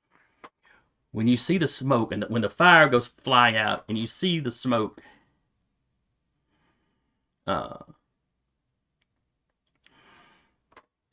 you feel a sense of delight, Teak. Michael, you're a little distracted with your spirit combat, but when Teak fires that gun, you see like another man overlaid on him with his head thrown back like he's cackling. But you don't actually hear any cackling. Mm-hmm. I love it. Teak is like, he's pushing that back. He's like, I'm not becoming an arsonist. Try it. You might like it. Nope. Look, your friend Michael does it all the time. He seems pretty well adjusted. You like Michael? Be more like Michael. Yeah. Of course, this spirit hasn't seen Michael do any of that. If he's even aware of anything other than when you're pulling the trigger. Alright. And there's some NPCs that we don't Teak do. may not be good with skills, but when gun comes up, When gun or when drive. gun or drive, yeah. Yeah. Have gun will drive. Or pickpocket, like picking locks. Alright. Only happened once though. Then Philip would get to go again if he was shooting, but he was not shooting. Then Salvador gets to go again. I have so many other people's character sheets opened up. Well, the thing Leo is, would what Leo kind would of get a to go gun- again as well because He has an was at 11. M19. Yeah. No, so what kind of gun does Oh, that's Salvador right. He have? goes. He would have gone up at the 11. Yes. Which Teak also goes in 11, so it doesn't really count as me skipping it. Take another shot, Leo. All right. An M19 1917 infield is what. I think that was a. That's Is that what Rifle. Salvador has? Yeah, I So it's a come rifle? on. think so, but I don't know what I kind. will- Ooh, that is a fumble. I will have to spend points for reroll. I hate doing that, but I need to keep that thing from failing. Oh, come on. Your gun could explode. It'll be fine. You got spells. Run up and punch it. There. Okay. So as a success, go ahead and reduce the your pal. Deca went to Your sleep. current I was going to ask Deca, but I already did. All right. Uh, Did it roll damage? It did not. So Interestingly enough. It rolls damage if you Wait, actually hold on. Let me. actually roll onto the ranged weapon. Yeah, I used the skill one. Oh, That okay, explains that. Yeah. So ignore the skill roll. I don't let me change that while I'm sitting here. okay. The 1917 infield was a bolt action, so he only gets a turn. All right, so that Oh, is 12 points. 12 points of damage on the other one. Hang on. Let me check. On Stair Bear. Doop-a-doop-a-doo. Actually, I need to double check something.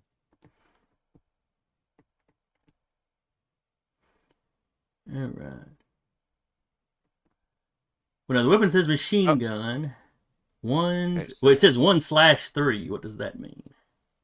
So it takes one combat round to load 2 shells or bullets into any handgun, rifle, or shotgun, and 1 combat round to exchange a clip, energy cell, or battery pack. Changing a machine gun belt takes 2 combat rounds. If time is of the essence, it is possible to put 1 round into a firearm and get a single shot off at 1/2 your character's normal dex round up. Okay. Well, the machine gun's got it's got 20 shots total. It's You can fire once. 3 or burst. Yeah. I need to find out what burst means. Yeah. Yep, that's a good burst.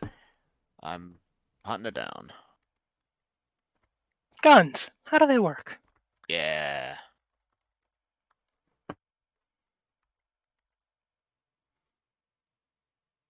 All right. Against a single target, the burst increases the chances of success by 20%. Oh yeah, so burst is for AoE. Yeah. Okay. If you can target a single one to increase the success chance. Oh yeah, you can shoot multiple people in that area. Okay. But it would only be the one shot. Mm-hmm. So you could do a single shot, 3 shots, or do a single shot but an area of effect.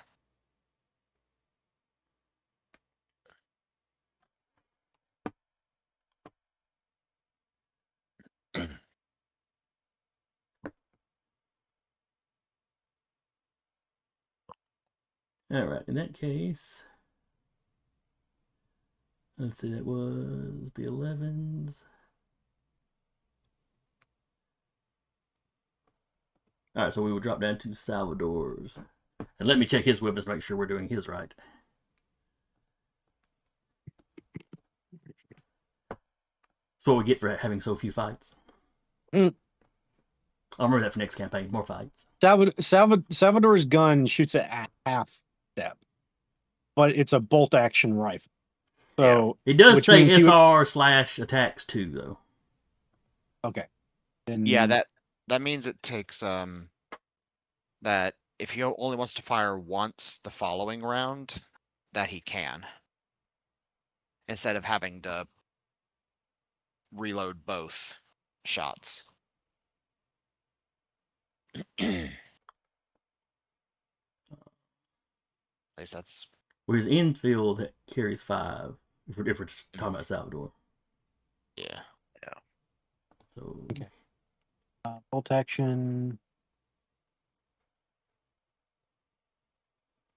ooh, he does 13 damage.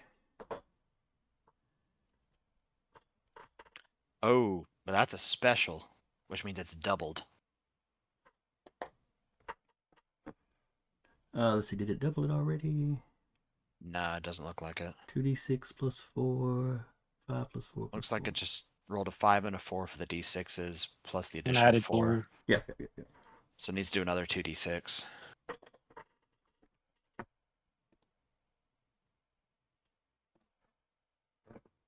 Alright, so 23 points 23. of damage. Sounds like a major wound to me. Yep, it's a No, major I didn't. wound. Because mine also did 12 damage. So, You wouldn't have gotten that Or second is that- shot. You wouldn't have gotten the second shot. So we figured out how your gun works. okay.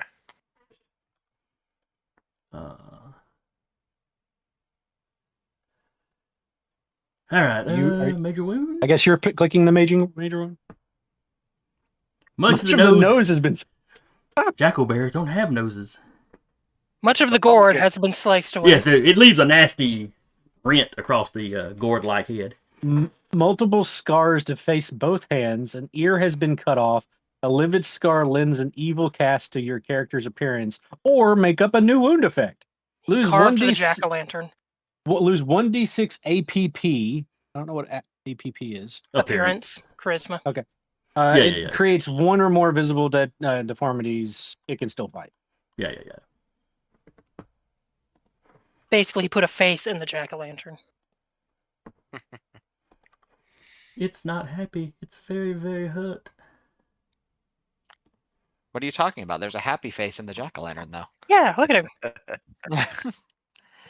It's a big gaping maw full of teeth right now. Mhm. Delightful. Now, wait a second. Where have the... What the crap? What Mm. happened? I kept thinking the Jackal Bears should have gone by now. Apparently, when I realigned them at some point, it didn't put the Jackal Bears initiatives in there. Oh man, Mm. Oh no. what did they go Well, on? One of them goes Oh, on a no. 16 and one of them goes on a 15. I think. Yeah, they would have. Yeah. Let me Oh, double check yeah. that. I'll just let them go now. It'll be fine. Yeah. Oh, one can't find if you're letting one go now. We can give him at least one. Oh, no, I'm turn. sorry. I was thinking about their strengths. Their dexes are 10 and 11. Okay, cool. Okay. So take So they would out go one. now. Yeah. Yeah, so one would be going now then. The one's still able to fight. Yep. Correct.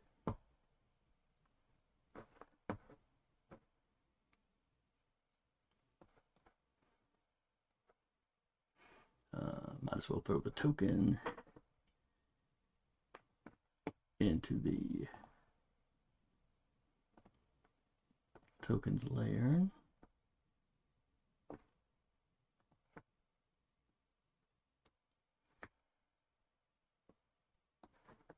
Let me move him up to the 11s. All right. So the one Jackal Bear gets to go. The one on the ground is, of course, curled up around his wound. Probably going to flee on his next action because he can still move if somewhat slowly.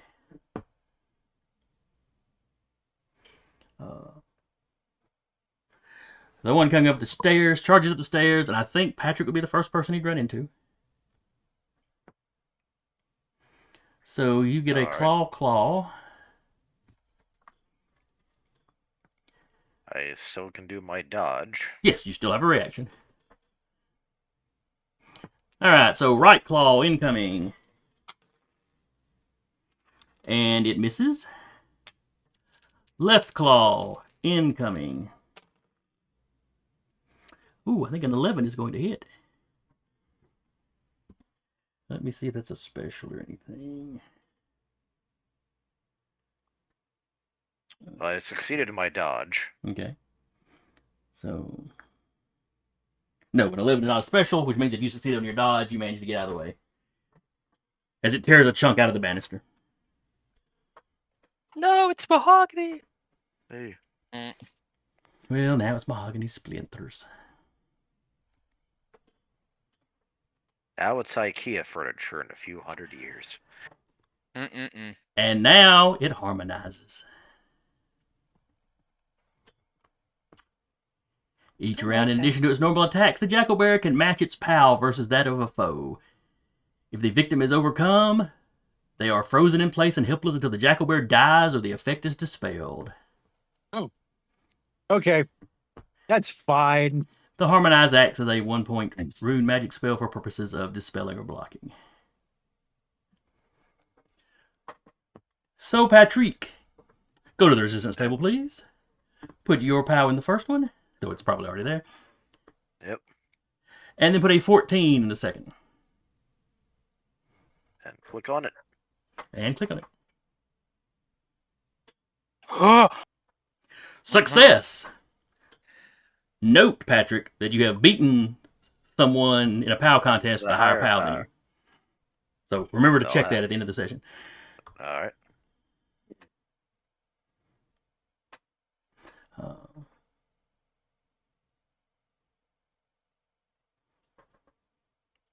And it's making a weird noise when it does this. But you get the effect that that's happening, but you kind of shake it off.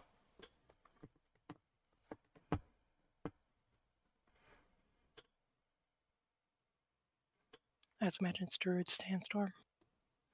So that one on 11, then we drop down to... Teak, have you taken your second shot? Nope. All right, take your second shot. Nope. Miss on that one. Would you like to spend POW? Oh, wait, you don't have enough POW. I don't have enough. I specifically did for that reason. I like how every time we ask him, it's like, you want to pass out? Yeah. Hey, buddy. It's okay. It's okay. I can just take another shot because I'm next anyway. Ooh, And but if he passed question. out, would the arsonists take over?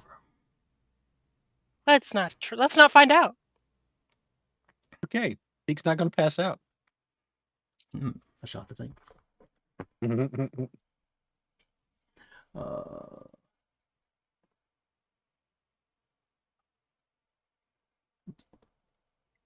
Go on a 6 and a 1, so I go again unless Viv has shot, which she has not. No, she did not shoot. So go ahead and take your third shot, I guess, because there's nobody else between y'all. 17 damage. Dang! This was on the one coming up the... Yep.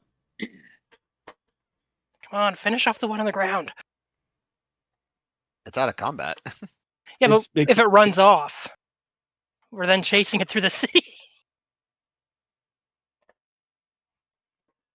And Okay, it's in really bad shape, but it is still up. Damn. Okay. Do you roll another major wound? No, Is it over? not quite. Okay. It was just shy. Because it does get to take off a couple of points of the regular bullet damage. Got it. And then he goes on a 1. I've already gone 3 times. Yeah. That was his. It's That was top of the round. Yep. Okay, never mind. I missed the second shot and hit the third. Yep. Oh. Vivian, you hit the ground. Leo, or would Michael go? Well, no. We're basically at the end of the Resolving the round is when I'm landing? letting you. It's when I'm letting you actually do the landing. Okay. Is fall damage listed on here? I'm sure it's a thing. Oh, it's definitely a thing. It's just whether it's on the screen or not.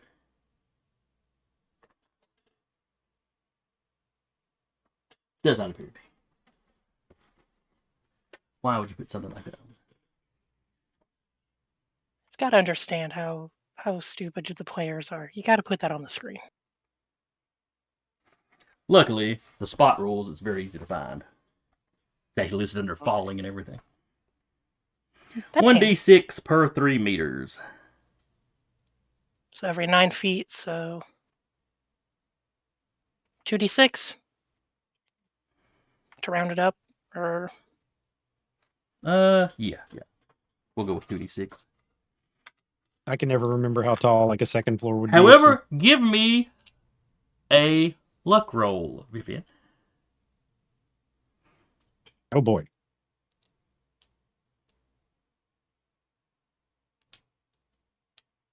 hey, guess what I'm doing again? Burn some power for a reroll. Yeah. You hit the jackal bear, Yay! which is a little bit higher off the ground and a little bit squishy. It's still not a comfortable landing. You hear a whimper. It's kind of a, and you kind of it's not like he's a cushion and you just land it on. You hit him and kind of roll off. But I'm going to reduce it to just 1d6 of damage. This is Cool. Halloween. This is Halloween. You take 4 points. Does she get any movement as far as getting away from the bear or standing up, or that be next round? That will be the next round. Cool beans. All right, and let's see. She did not squish the child. That was her goal. Small characters, size 5 or less, take 1d6 less damage. Well, Viv was cradling her, so. And 1d6 less than 1d6 is 0. Yeah, normally I'd probably just give a single point. But Land of the Jackal Bear also had Viviane as cushion. I'm going to say she's fine. Clinging to Viviane and having a complete and utter freak out. Mm-hmm. Understandable. Oh, yeah, absolutely. Viviane's having her freak out on the inside. Although by the time all this is done, Hyacinth is going, I have the best sister ever. Well, first she's like, I have a sister. And now she's fighting monsters. And she dives off of high places to save me. I'm going to grow up to be just like her. No, Top of the she's order. going to introduce everyone. This is Uncle Cheek. This is Uncle Michael and Uncle Leo. Mm-hmm. I. Cheek has candy. Oh, she'd be delighted. Her parents don't usually let her have that candy. That candy is for guests. Nope, not this time. Teek's gonna spoil the shit out of her. We're getting ice cream after this. All right. Michael, you're up. I mean, we're at the top. Oh, Michael topped the order in this instance. Yeah, Gotcha. yeah, for the spirit 'cause combat. Spirit combat, so I go on an 18 now instead of a 12. Success. All right. Oh, and then he would. Let's see, where was I? I was using Duba's sheet for that. Yeah.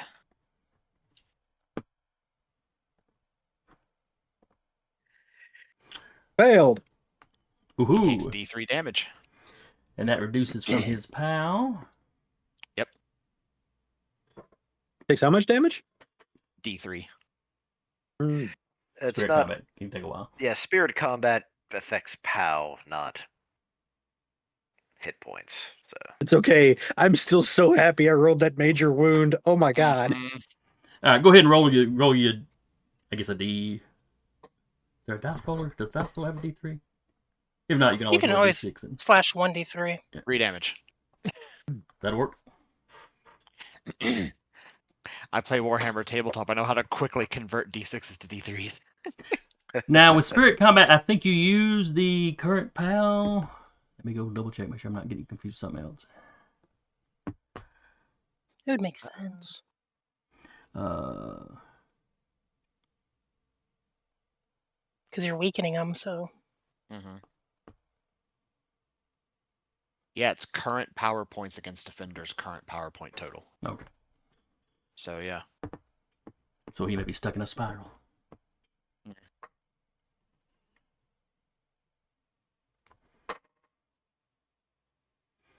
Alright, but then it is Leo's turn. All right, and the other bear is still up, and that's the one that's right up on me. Correct? Yeah, both bears are still active. One of them can't fight, and at this moment is curled up. The one on the banister actually looks worse off than the other one, but he is still active. Mm. Right. As much as I want to give Michael some assistance, we still have a major problem we have to deal with. So, just so I'm clear, when I hit it that first time, that damage did not go through because I could not do that. That second shot you took. Okay. The way your weapon works with its burst is if you're targeting a 3-round burst at one critter, you get a plus 20% to hit. Okay. Or you can like spray and pray and hit people in an area. Okay. So, that's the case. Did it go or? Yes. Yeah. 11. You hit 11 Damage. points of damage, it dies. It Good. had 1 hit point left. Oh. Now, Actually, they're weird. That's weird. They're both sitting at 1 hit point. That's very weird. Jake is going to wait until Viviane moves and then fire at that one if it's trying whenever his turn comes up. If it doesn't run away before he get a shot. Yeah, she'll get up and kind of like try to put Hyacinth's head like against her neck so she doesn't see what's going on.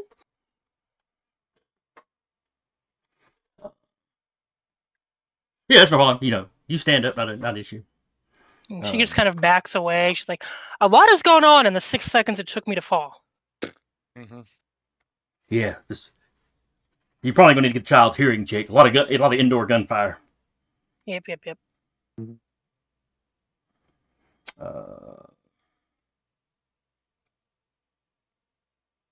Yeah, she just backs away from what's going on. Takes it in. Sees what's going on the stairs. Is Philip still visible, just a little bit transparent He's and visible, just a incorporeal? little bit transparent. And him and Michael seem to Okay. be locked. Cool.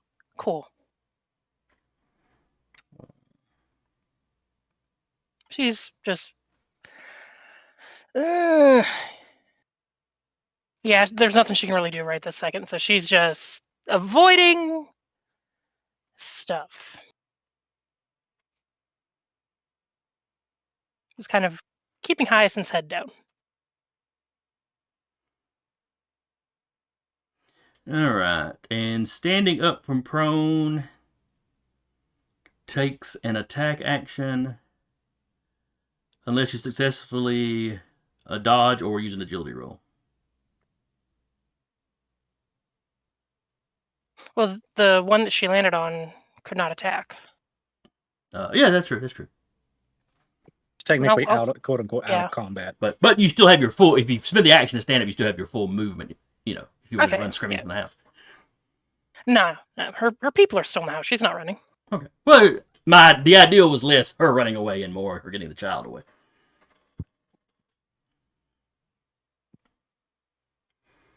Both the bears seem like they're fine.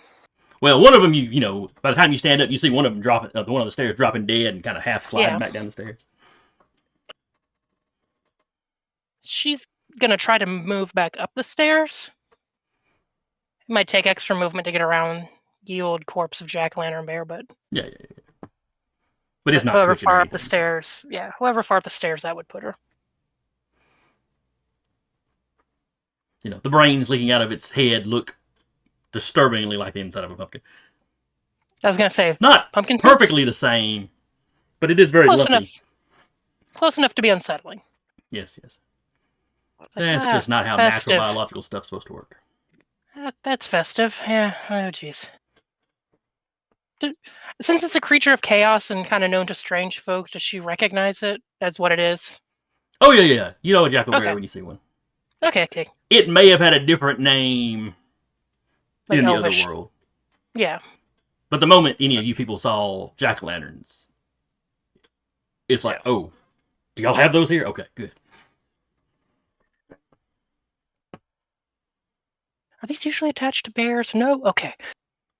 Actually, now I think about it, jackal bear decorations would probably be common amongst strange folk around Halloween. Considering the way all kinds of other stuff got integrated into Halloween. Yeah.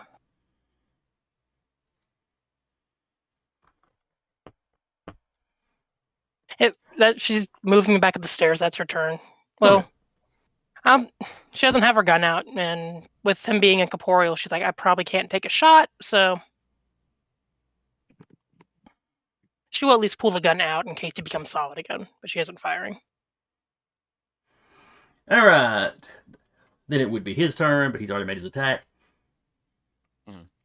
However, he is going to use his ability that, like the jackal bears, does not take a... Well, it basically takes his reaction. And he becomes solid again. Which does effectively break the spirit combat because he's not a spirit anymore. Okay. So what is it on the initiative table right now? 14. So does that mean I'm going on a 12 physically? You don't get to take 2 actions in a round, no. Okay. Now, I would let you use your movement on a 12 if you wanted to. I was going to say, if he's like right there, since we've just sort of been like locked in psychic combat, and he's like, oh, I'm going to go visible. Right within Michael's range, we'll go, I cast punch. I mean, people get to shoot multiple times a turn. Can I maybe just like deck him since he's right there? No. Okay. The breaking out of spirit combat like that was jarring. Got it.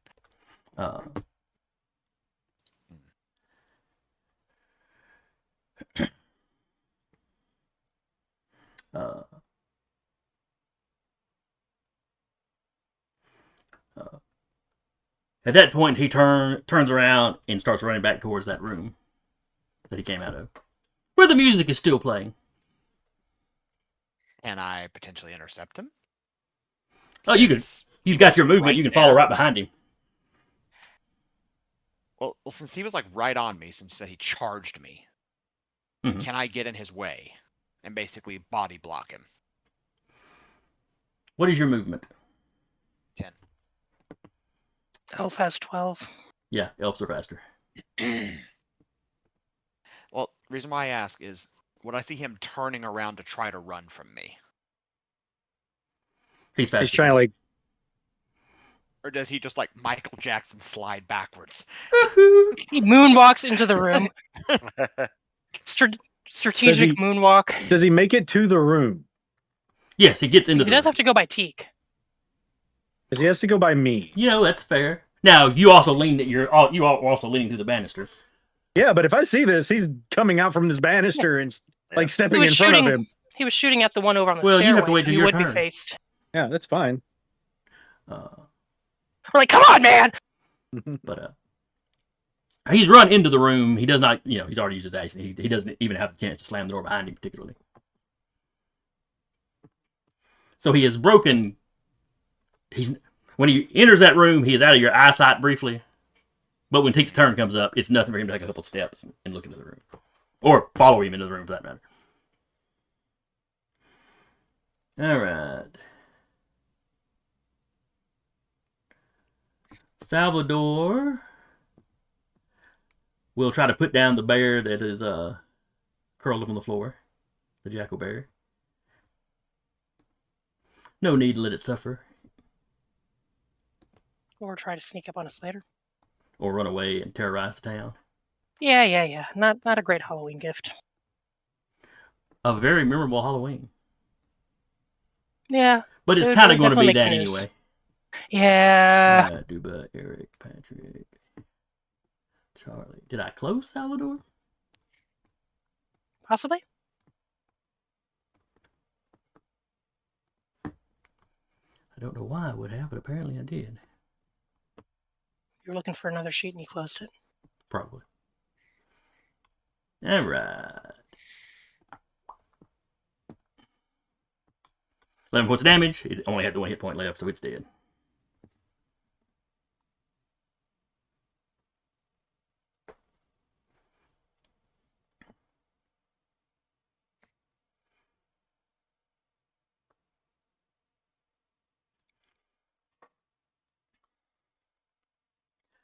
Uh,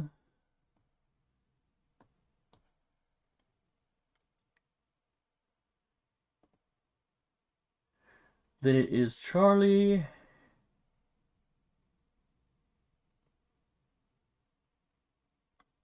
Let's see. She was upstairs. She would basically be standing just right behind Michael, probably. Better question: would she check on Viv and Hyacinth, or go after the guy? Good point. She'd probably go check on Viviane and Hyacinth.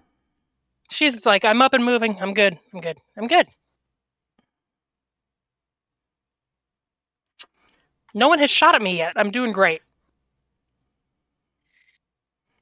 She still walks and kind of pokes you in the back a little bit. Does this hurt? Does this hurt? Does this hurt?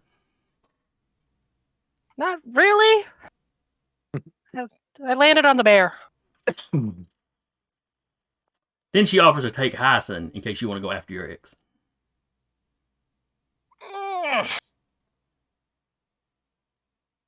Honestly, I don't think Hyacinth would let her go. Yeah, does Hyacinth, like... How latched on is Hyacinth? A little bit, but she's also gotten quiet now. Is she maybe going into shock a little bit?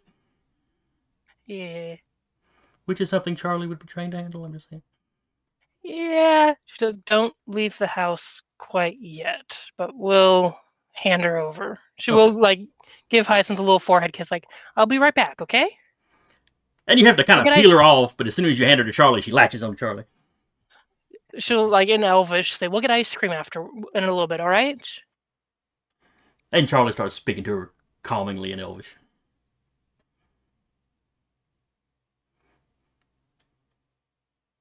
And, like, turning herself so even if the kid looks up, she won't see dead jackal bears laying everywhere. Just smash jack-o'-lantern everywhere. Pumpkin chunkin'. Then it would be the jackal bear's turn, but alas. Teak did some crazy damage with him. Just means you gotta make the next one's beefier. Alright.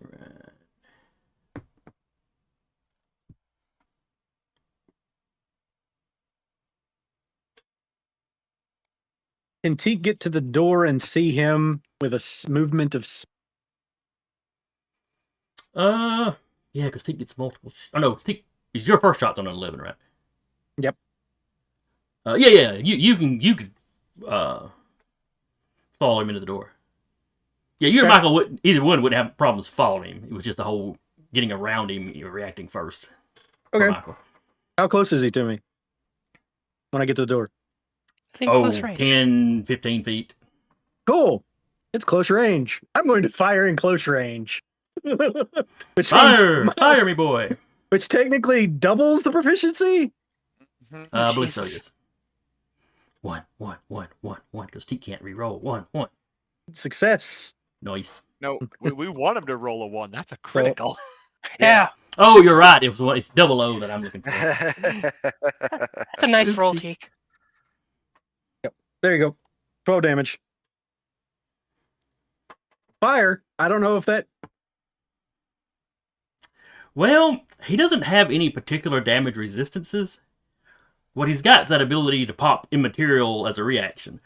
Or back to material. Unfortunately, he's used that this round, so he doesn't have a reaction. He can't even dodge. He gets the door, pulls the gun on him, and just fires a shot and says, "You're in my realm, bitch." Lizard. Alright, so that is 12 points of damage. Mm-hmm.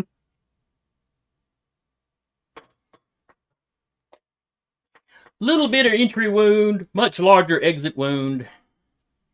Fire all the way through. Mm-hmm. Into the wall, curtains catch on fire.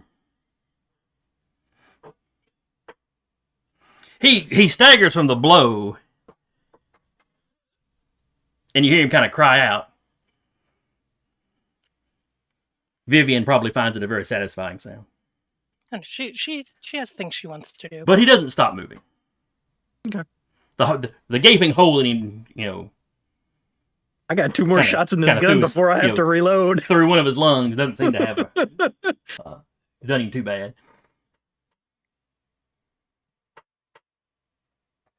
I think I'm next because I don't think anyone else can do anything.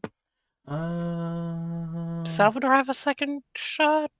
He's already done his turn. He can't move and shoot on this. Yeah, he can't. On He his can't second shot. shoot and then move before he takes a second shot. Okay. Okay. Mhm. Let's Oh, see. it's Teak again. Here I go, Teakin again. Mhm. Then I started blasting. That's 10. All right. Teak just like fanning the hammer. Yeah. It's just bang, bang. I can never hear anybody reference that without thinking about the old Doc Savage pulp novels. His cousin Pat, who was always trying to sneak out to go on adventures, and he was always trying to keep her out of it, carried a big ass handgun that didn't even have a trigger. She just fanned the handle, or just fanned the hammer. Okay. 2 questions. One, he's not done. I have not done a major wound at all on it, right? No. And remember, the major one has to be half its hit in one Go. Go. Yeah. one go. So Okay. stacking it up isn't going to cause it. Okay. He's still standing? Oh yeah, he's still running. He's got a second hole in him. Okay, 17 more damage.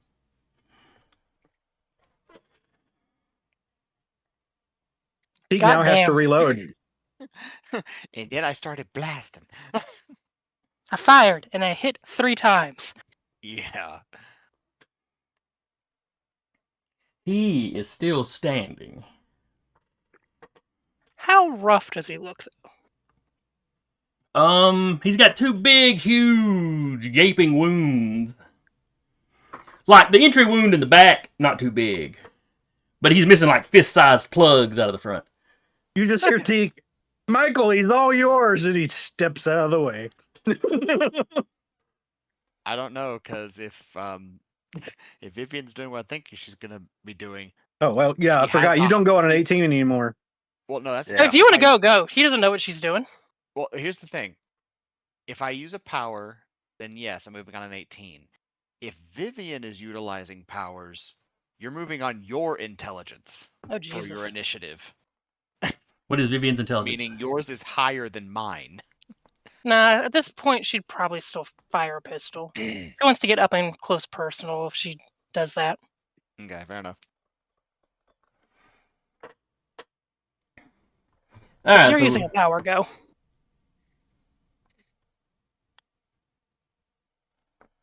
is Michael going to use a power, or is he going to let Vivian do something?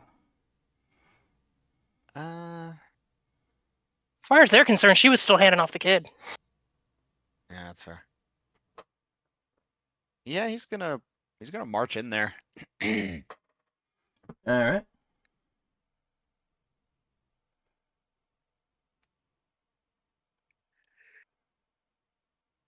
Because you're using a power, so that means you're going at 18. Mm-hmm. He'll just yell out, "Hey, Vi, full throttle!" Knock yourself out, but don't. Okay, she said do it. Is there a window in this room? Oh yeah, the curtains are on fire next to the window already. Cool. So just straight line from me out the window with the dude in the middle. So less of a everything catches on fire and more of a Buster Beam. Yeah. But I don't know if you've ever seen and Gunbuster. But I have. And Let me fix this 120 before I forget. well, here's the thing: is this may or may not work in my favor. We'll see. But I'm gonna spend 15 power. okay. It's still go invisible. Don't get too cocky. It's a new round. Depends on how Hush, I Peanut take Gallery. him out Let him with let him this. take his action. I said full throttle. She said knock yourself out. I went okay. So just a stream of fire Mm-hmm. out of you.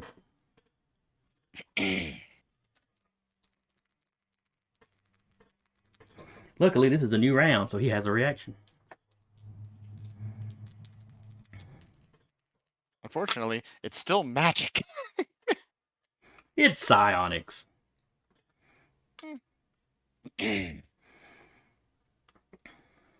Do you get your reactions back on the new round or when your turn comes around? New round. Mm. Doesn't matter. He rolled an 89.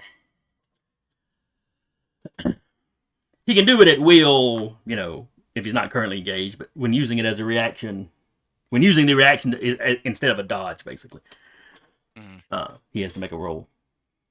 Got it. And So he that- only has to make a 75, but he rolled an 89, so. Yeah. I know that feel. So damage? Oh, yes, roll damage. 20. Alright, so that's 20 more damage to him. Jesus, how much points does this boy have? He had 40. Okay. Prior to this attack, y'all had gotten him down to 39. Or had taken out 39. So literally, all three of my villains wound up at the 1 hit point mark. The Jackal Bears both had 30, and y'all got them down to 29 for the last attack. That's fantastic. So yeah, the light causes him to turn, and he does that whole anime thing where he throws up his left hand. Left hand to ward off death. Well, he's already dead, and it That's doesn't what help I him do. anyway. Yeah. It pours over him, and for a brief second, it's he stays, and he just sort of ashes. And now this house is really, really on fire. Might want to write that in.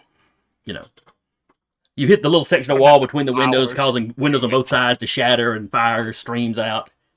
It's like it hits part of the wall and then forks outside. So from outside, people would just see these two windows shatter and fire go lancing out both sides. The lady across the street is like, Dolores, No, yeah. you're we not need- going to believe this. We need fire marshal to deal with this because I don't have the power to contain that fire. How many power points would it take, and would she be able to do it with the ring? Can use up to 5. How big a fire could she take out with 5 points? Well, most of the fire that Michael did went out the window because he concentrated it into a beam. That's fair. And so it's really just this one. Yeah, 5 points. I'm looking at my windows over here. Yeah, 5 points would cover an area that big easily. She, You're talking about like a little 10-foot area or something, and the curtains are on fire and the wall is starting to catch. So yeah, if you wanted to step up and use your ring, yeah, she uses the ring. She's looking for a body. There's no body.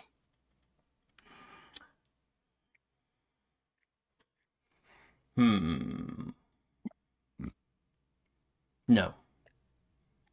He wasn't so much a zombie as he was some kind of like wraith or revenant. Revenant. Revenant, thank you. Okay. There's a lot of fist clenching.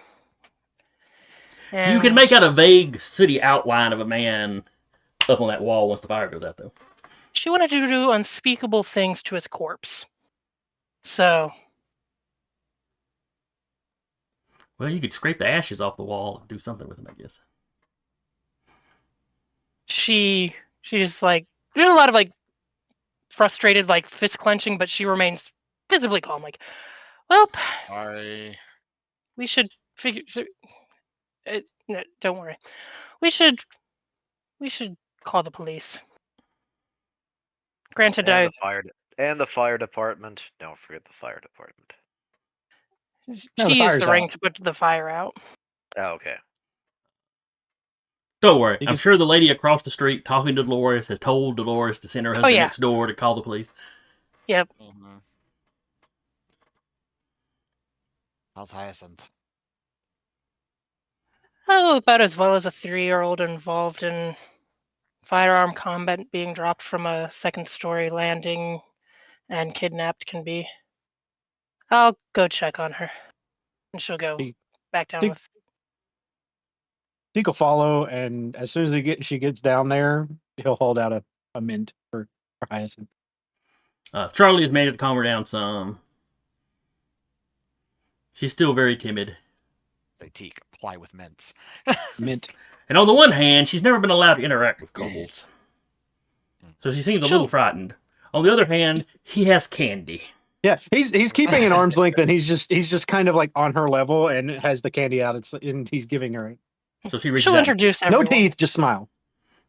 She reaches She's out. like, And takes this is the Uncle Cheek, and this is Uncle Michael, and that's Uncle Leo, and this is Auntie Charlie, and Uncle Salvador. And you know your sister Viv. Well, she's seen her. I don't know if she's. No, you might have spoken that first time you saw her. I think Yeah. they briefly spoke. It might have just been like a hellos exchange, but She does say thank you for the candy. It's the You're kind of very candy welcome. her parents have that they won't let her have because it's for guests. You're very welcome. I have plenty more, and he's holding out a handful. He's like, you can have as much as you want, unless you want ice cream. I do know Well- a good place that has ice cream. we'll wait here. There's probably people that are going to come to talk here. We'll go out and sit on the front porch. Because I looked it up. Societally, during the time of Prohibition, bars turned into ice cream Ice cream parlors. parlor. Yep. So there is a lot of ice cream parlors around. I Yeah. think I think there was like ice cream parlors and soda jerks. I Mhm. think. Yeah. Mhm. Yeah. Those went So- together a lot of times. Ice cream God, I and soda miss- parlors. I miss a good soda jerk. Yeah, she'll go sit on the front porch with Hyacinth, like in her lap, like Mhm. chin on top of her head. She does like the idea of the Just- ice cream. Though she also wants. just She also likes vibing. the idea of the mints. So Well, Teek's You can just have holding out both, the mints. darling. Teek's just holding out the mints and letting her take as many as she wants. It's like, you can have both, darling. We'll get home in a little while. We'll get ice cream on the way.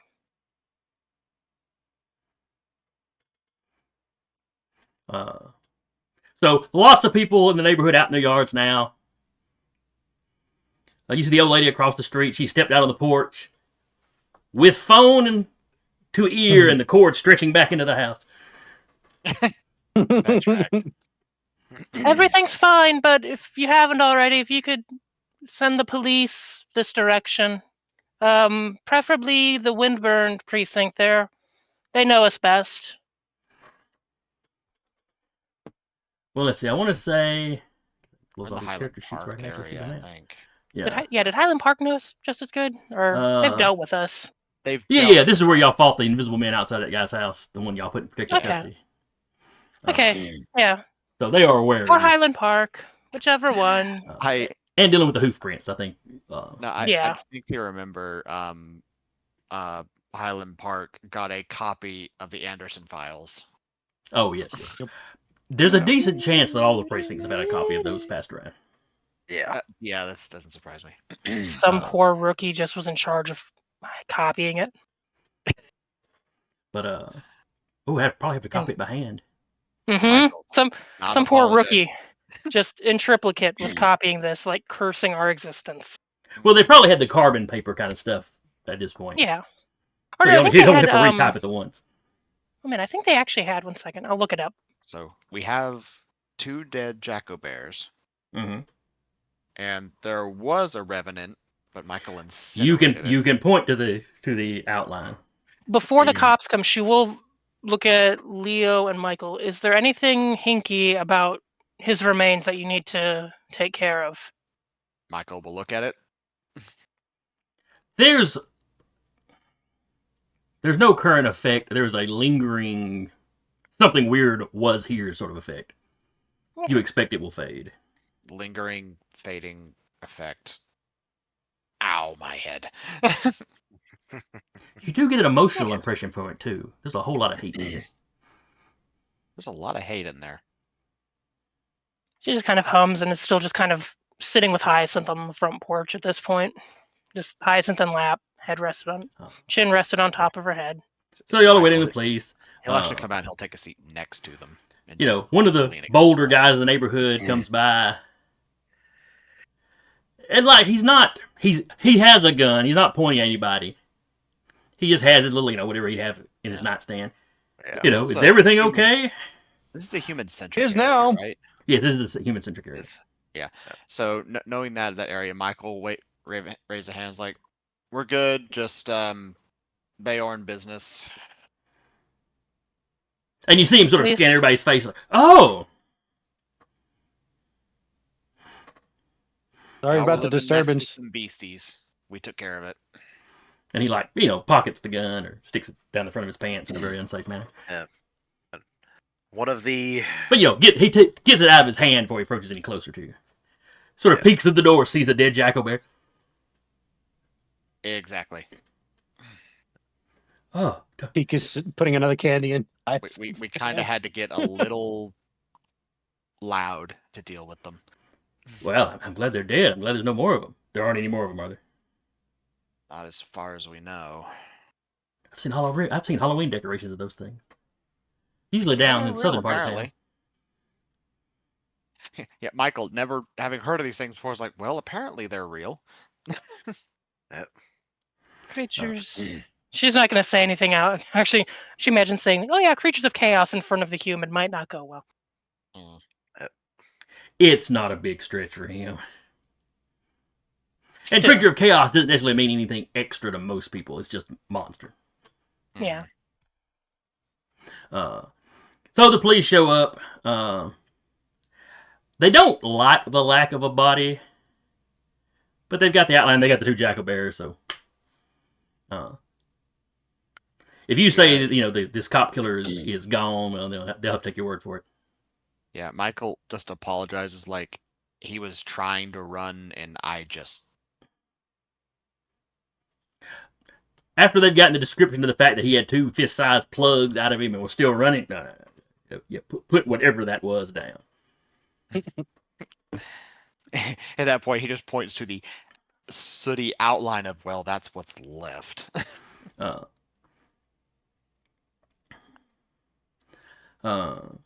too long after the cops get there, Viviane, your parents pull up. They run up and they're all babying on Hyacinth. Also, if I can, real fast, like after all that, like Michael probably sat down next to Viviane again and just exhausted, just lean on shoulder and is asleep. Yeah, the parents aren't necessarily thrilled to see that when they pull up. Just let them take Hyacinth. So, Hyacinth jumps to her mother, she's willing to go to her mother, kissy, kissy, kissy. Gets handed off to her father. Then Viviane, your mother gives you a big hug. Kind of bumping Michael out of the way to do it, but Yeah. You don't get it as an intentional snub, though. Yeah, he just still asleep. Considering the day she has had, there's some tears. Deke's just standing next to him, Michael gets shoved out of the way. He just holds his head. Michael wakes up leaning on Teak. He wouldn't care. But I literally dragged myself to one PowerPoint to just nuke him. So. Your parents freak out a little bit when they see the jackal bears. And they double check Hyacinth to make sure she's okay. She'll probably be a little shook up. There'll probably be some nightmares, but she's not injured. Charlie looked her over. And they'll talk to Charlie. I mean, a doctor, that's nice and respectable. But they're not overly snide to anybody. They really just seem to be relieved to have their daughter back. The one they care about.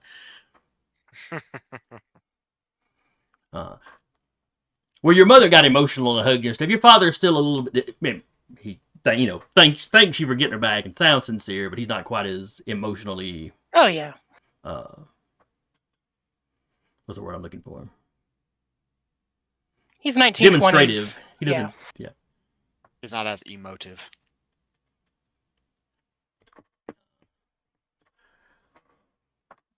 Of course, it's a big thing in the press.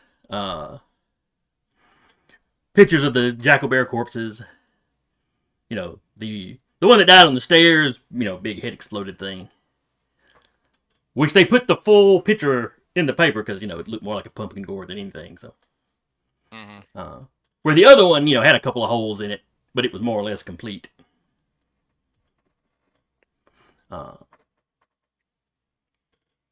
And sends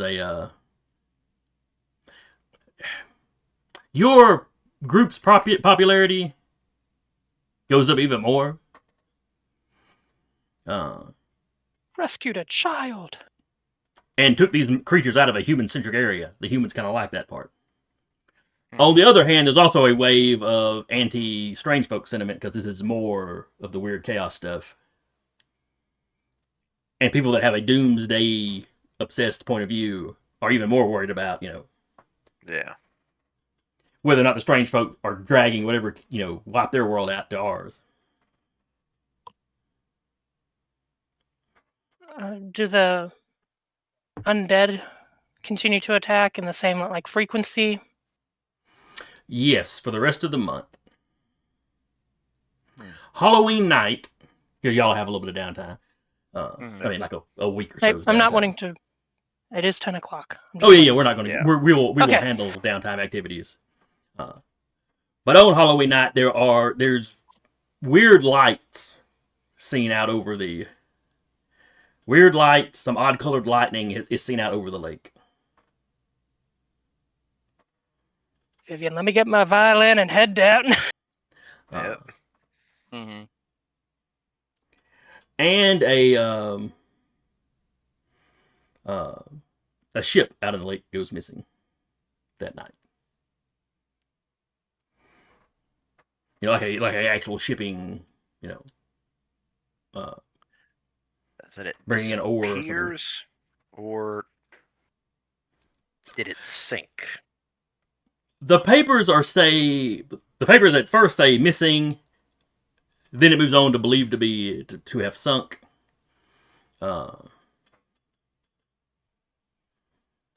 basically, right as we take off next week, actually start up next week, they will have found some of the wreckage down under. Even if they can't really get to it, but they were able to confirm that it did indeed sink.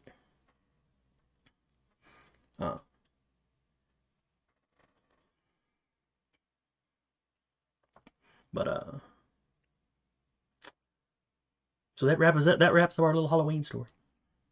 All right. I'm not gonna lie, I would like Vivian to have gotten the last shot on the X, but que sera, sera. Vivian was out of character. I will tell you what she was going to do. She was going to, if the guy got knocked down enough, she was going to try and mountain, put the thumbs in the eyeball and then activate the fire. That's why I was offering, because if you were going to use the power, you have a higher initiative than I do. I didn't know the guy only had 1 hit point left. So yeah, that's true. I didn't either. That's why I dumped everything into it. Just so you know, Deke did 68 points of damage through the So entire close. time. So close to just being really Yeah. nice. Yep. Well, it sounds like y'all had a good time. I certainly enjoyed this. Yep. Yep. I hope anybody to make it today. Yeah. I was expecting this to be a little short. I was debating maybe moving one of the Jackal Bears out. Nah, probably should have added a third. And I had already removed the brew with guns. So. Okay. What does that brew have? A gun! No! Yes. I was about to say yes. But anyway, so I hope anybody comes by and enjoyed it. I hope you'll join us again next week. Again, I was your storyteller of the evening, Jason. With me has been Carr playing Teak, Patrick playing Leo, Have a good night, everyone. Eric playing Michael, Surprised me. our original pyromaniac, but not our only one anymore, No. and Hey, I haven't Sarah seen. Wait. playing Vivian. And we will see y'all next time. So tread with care Yep. Please don't Bye-bye. get Good night, copyright. everybody. the sun. Abomination. Ali's light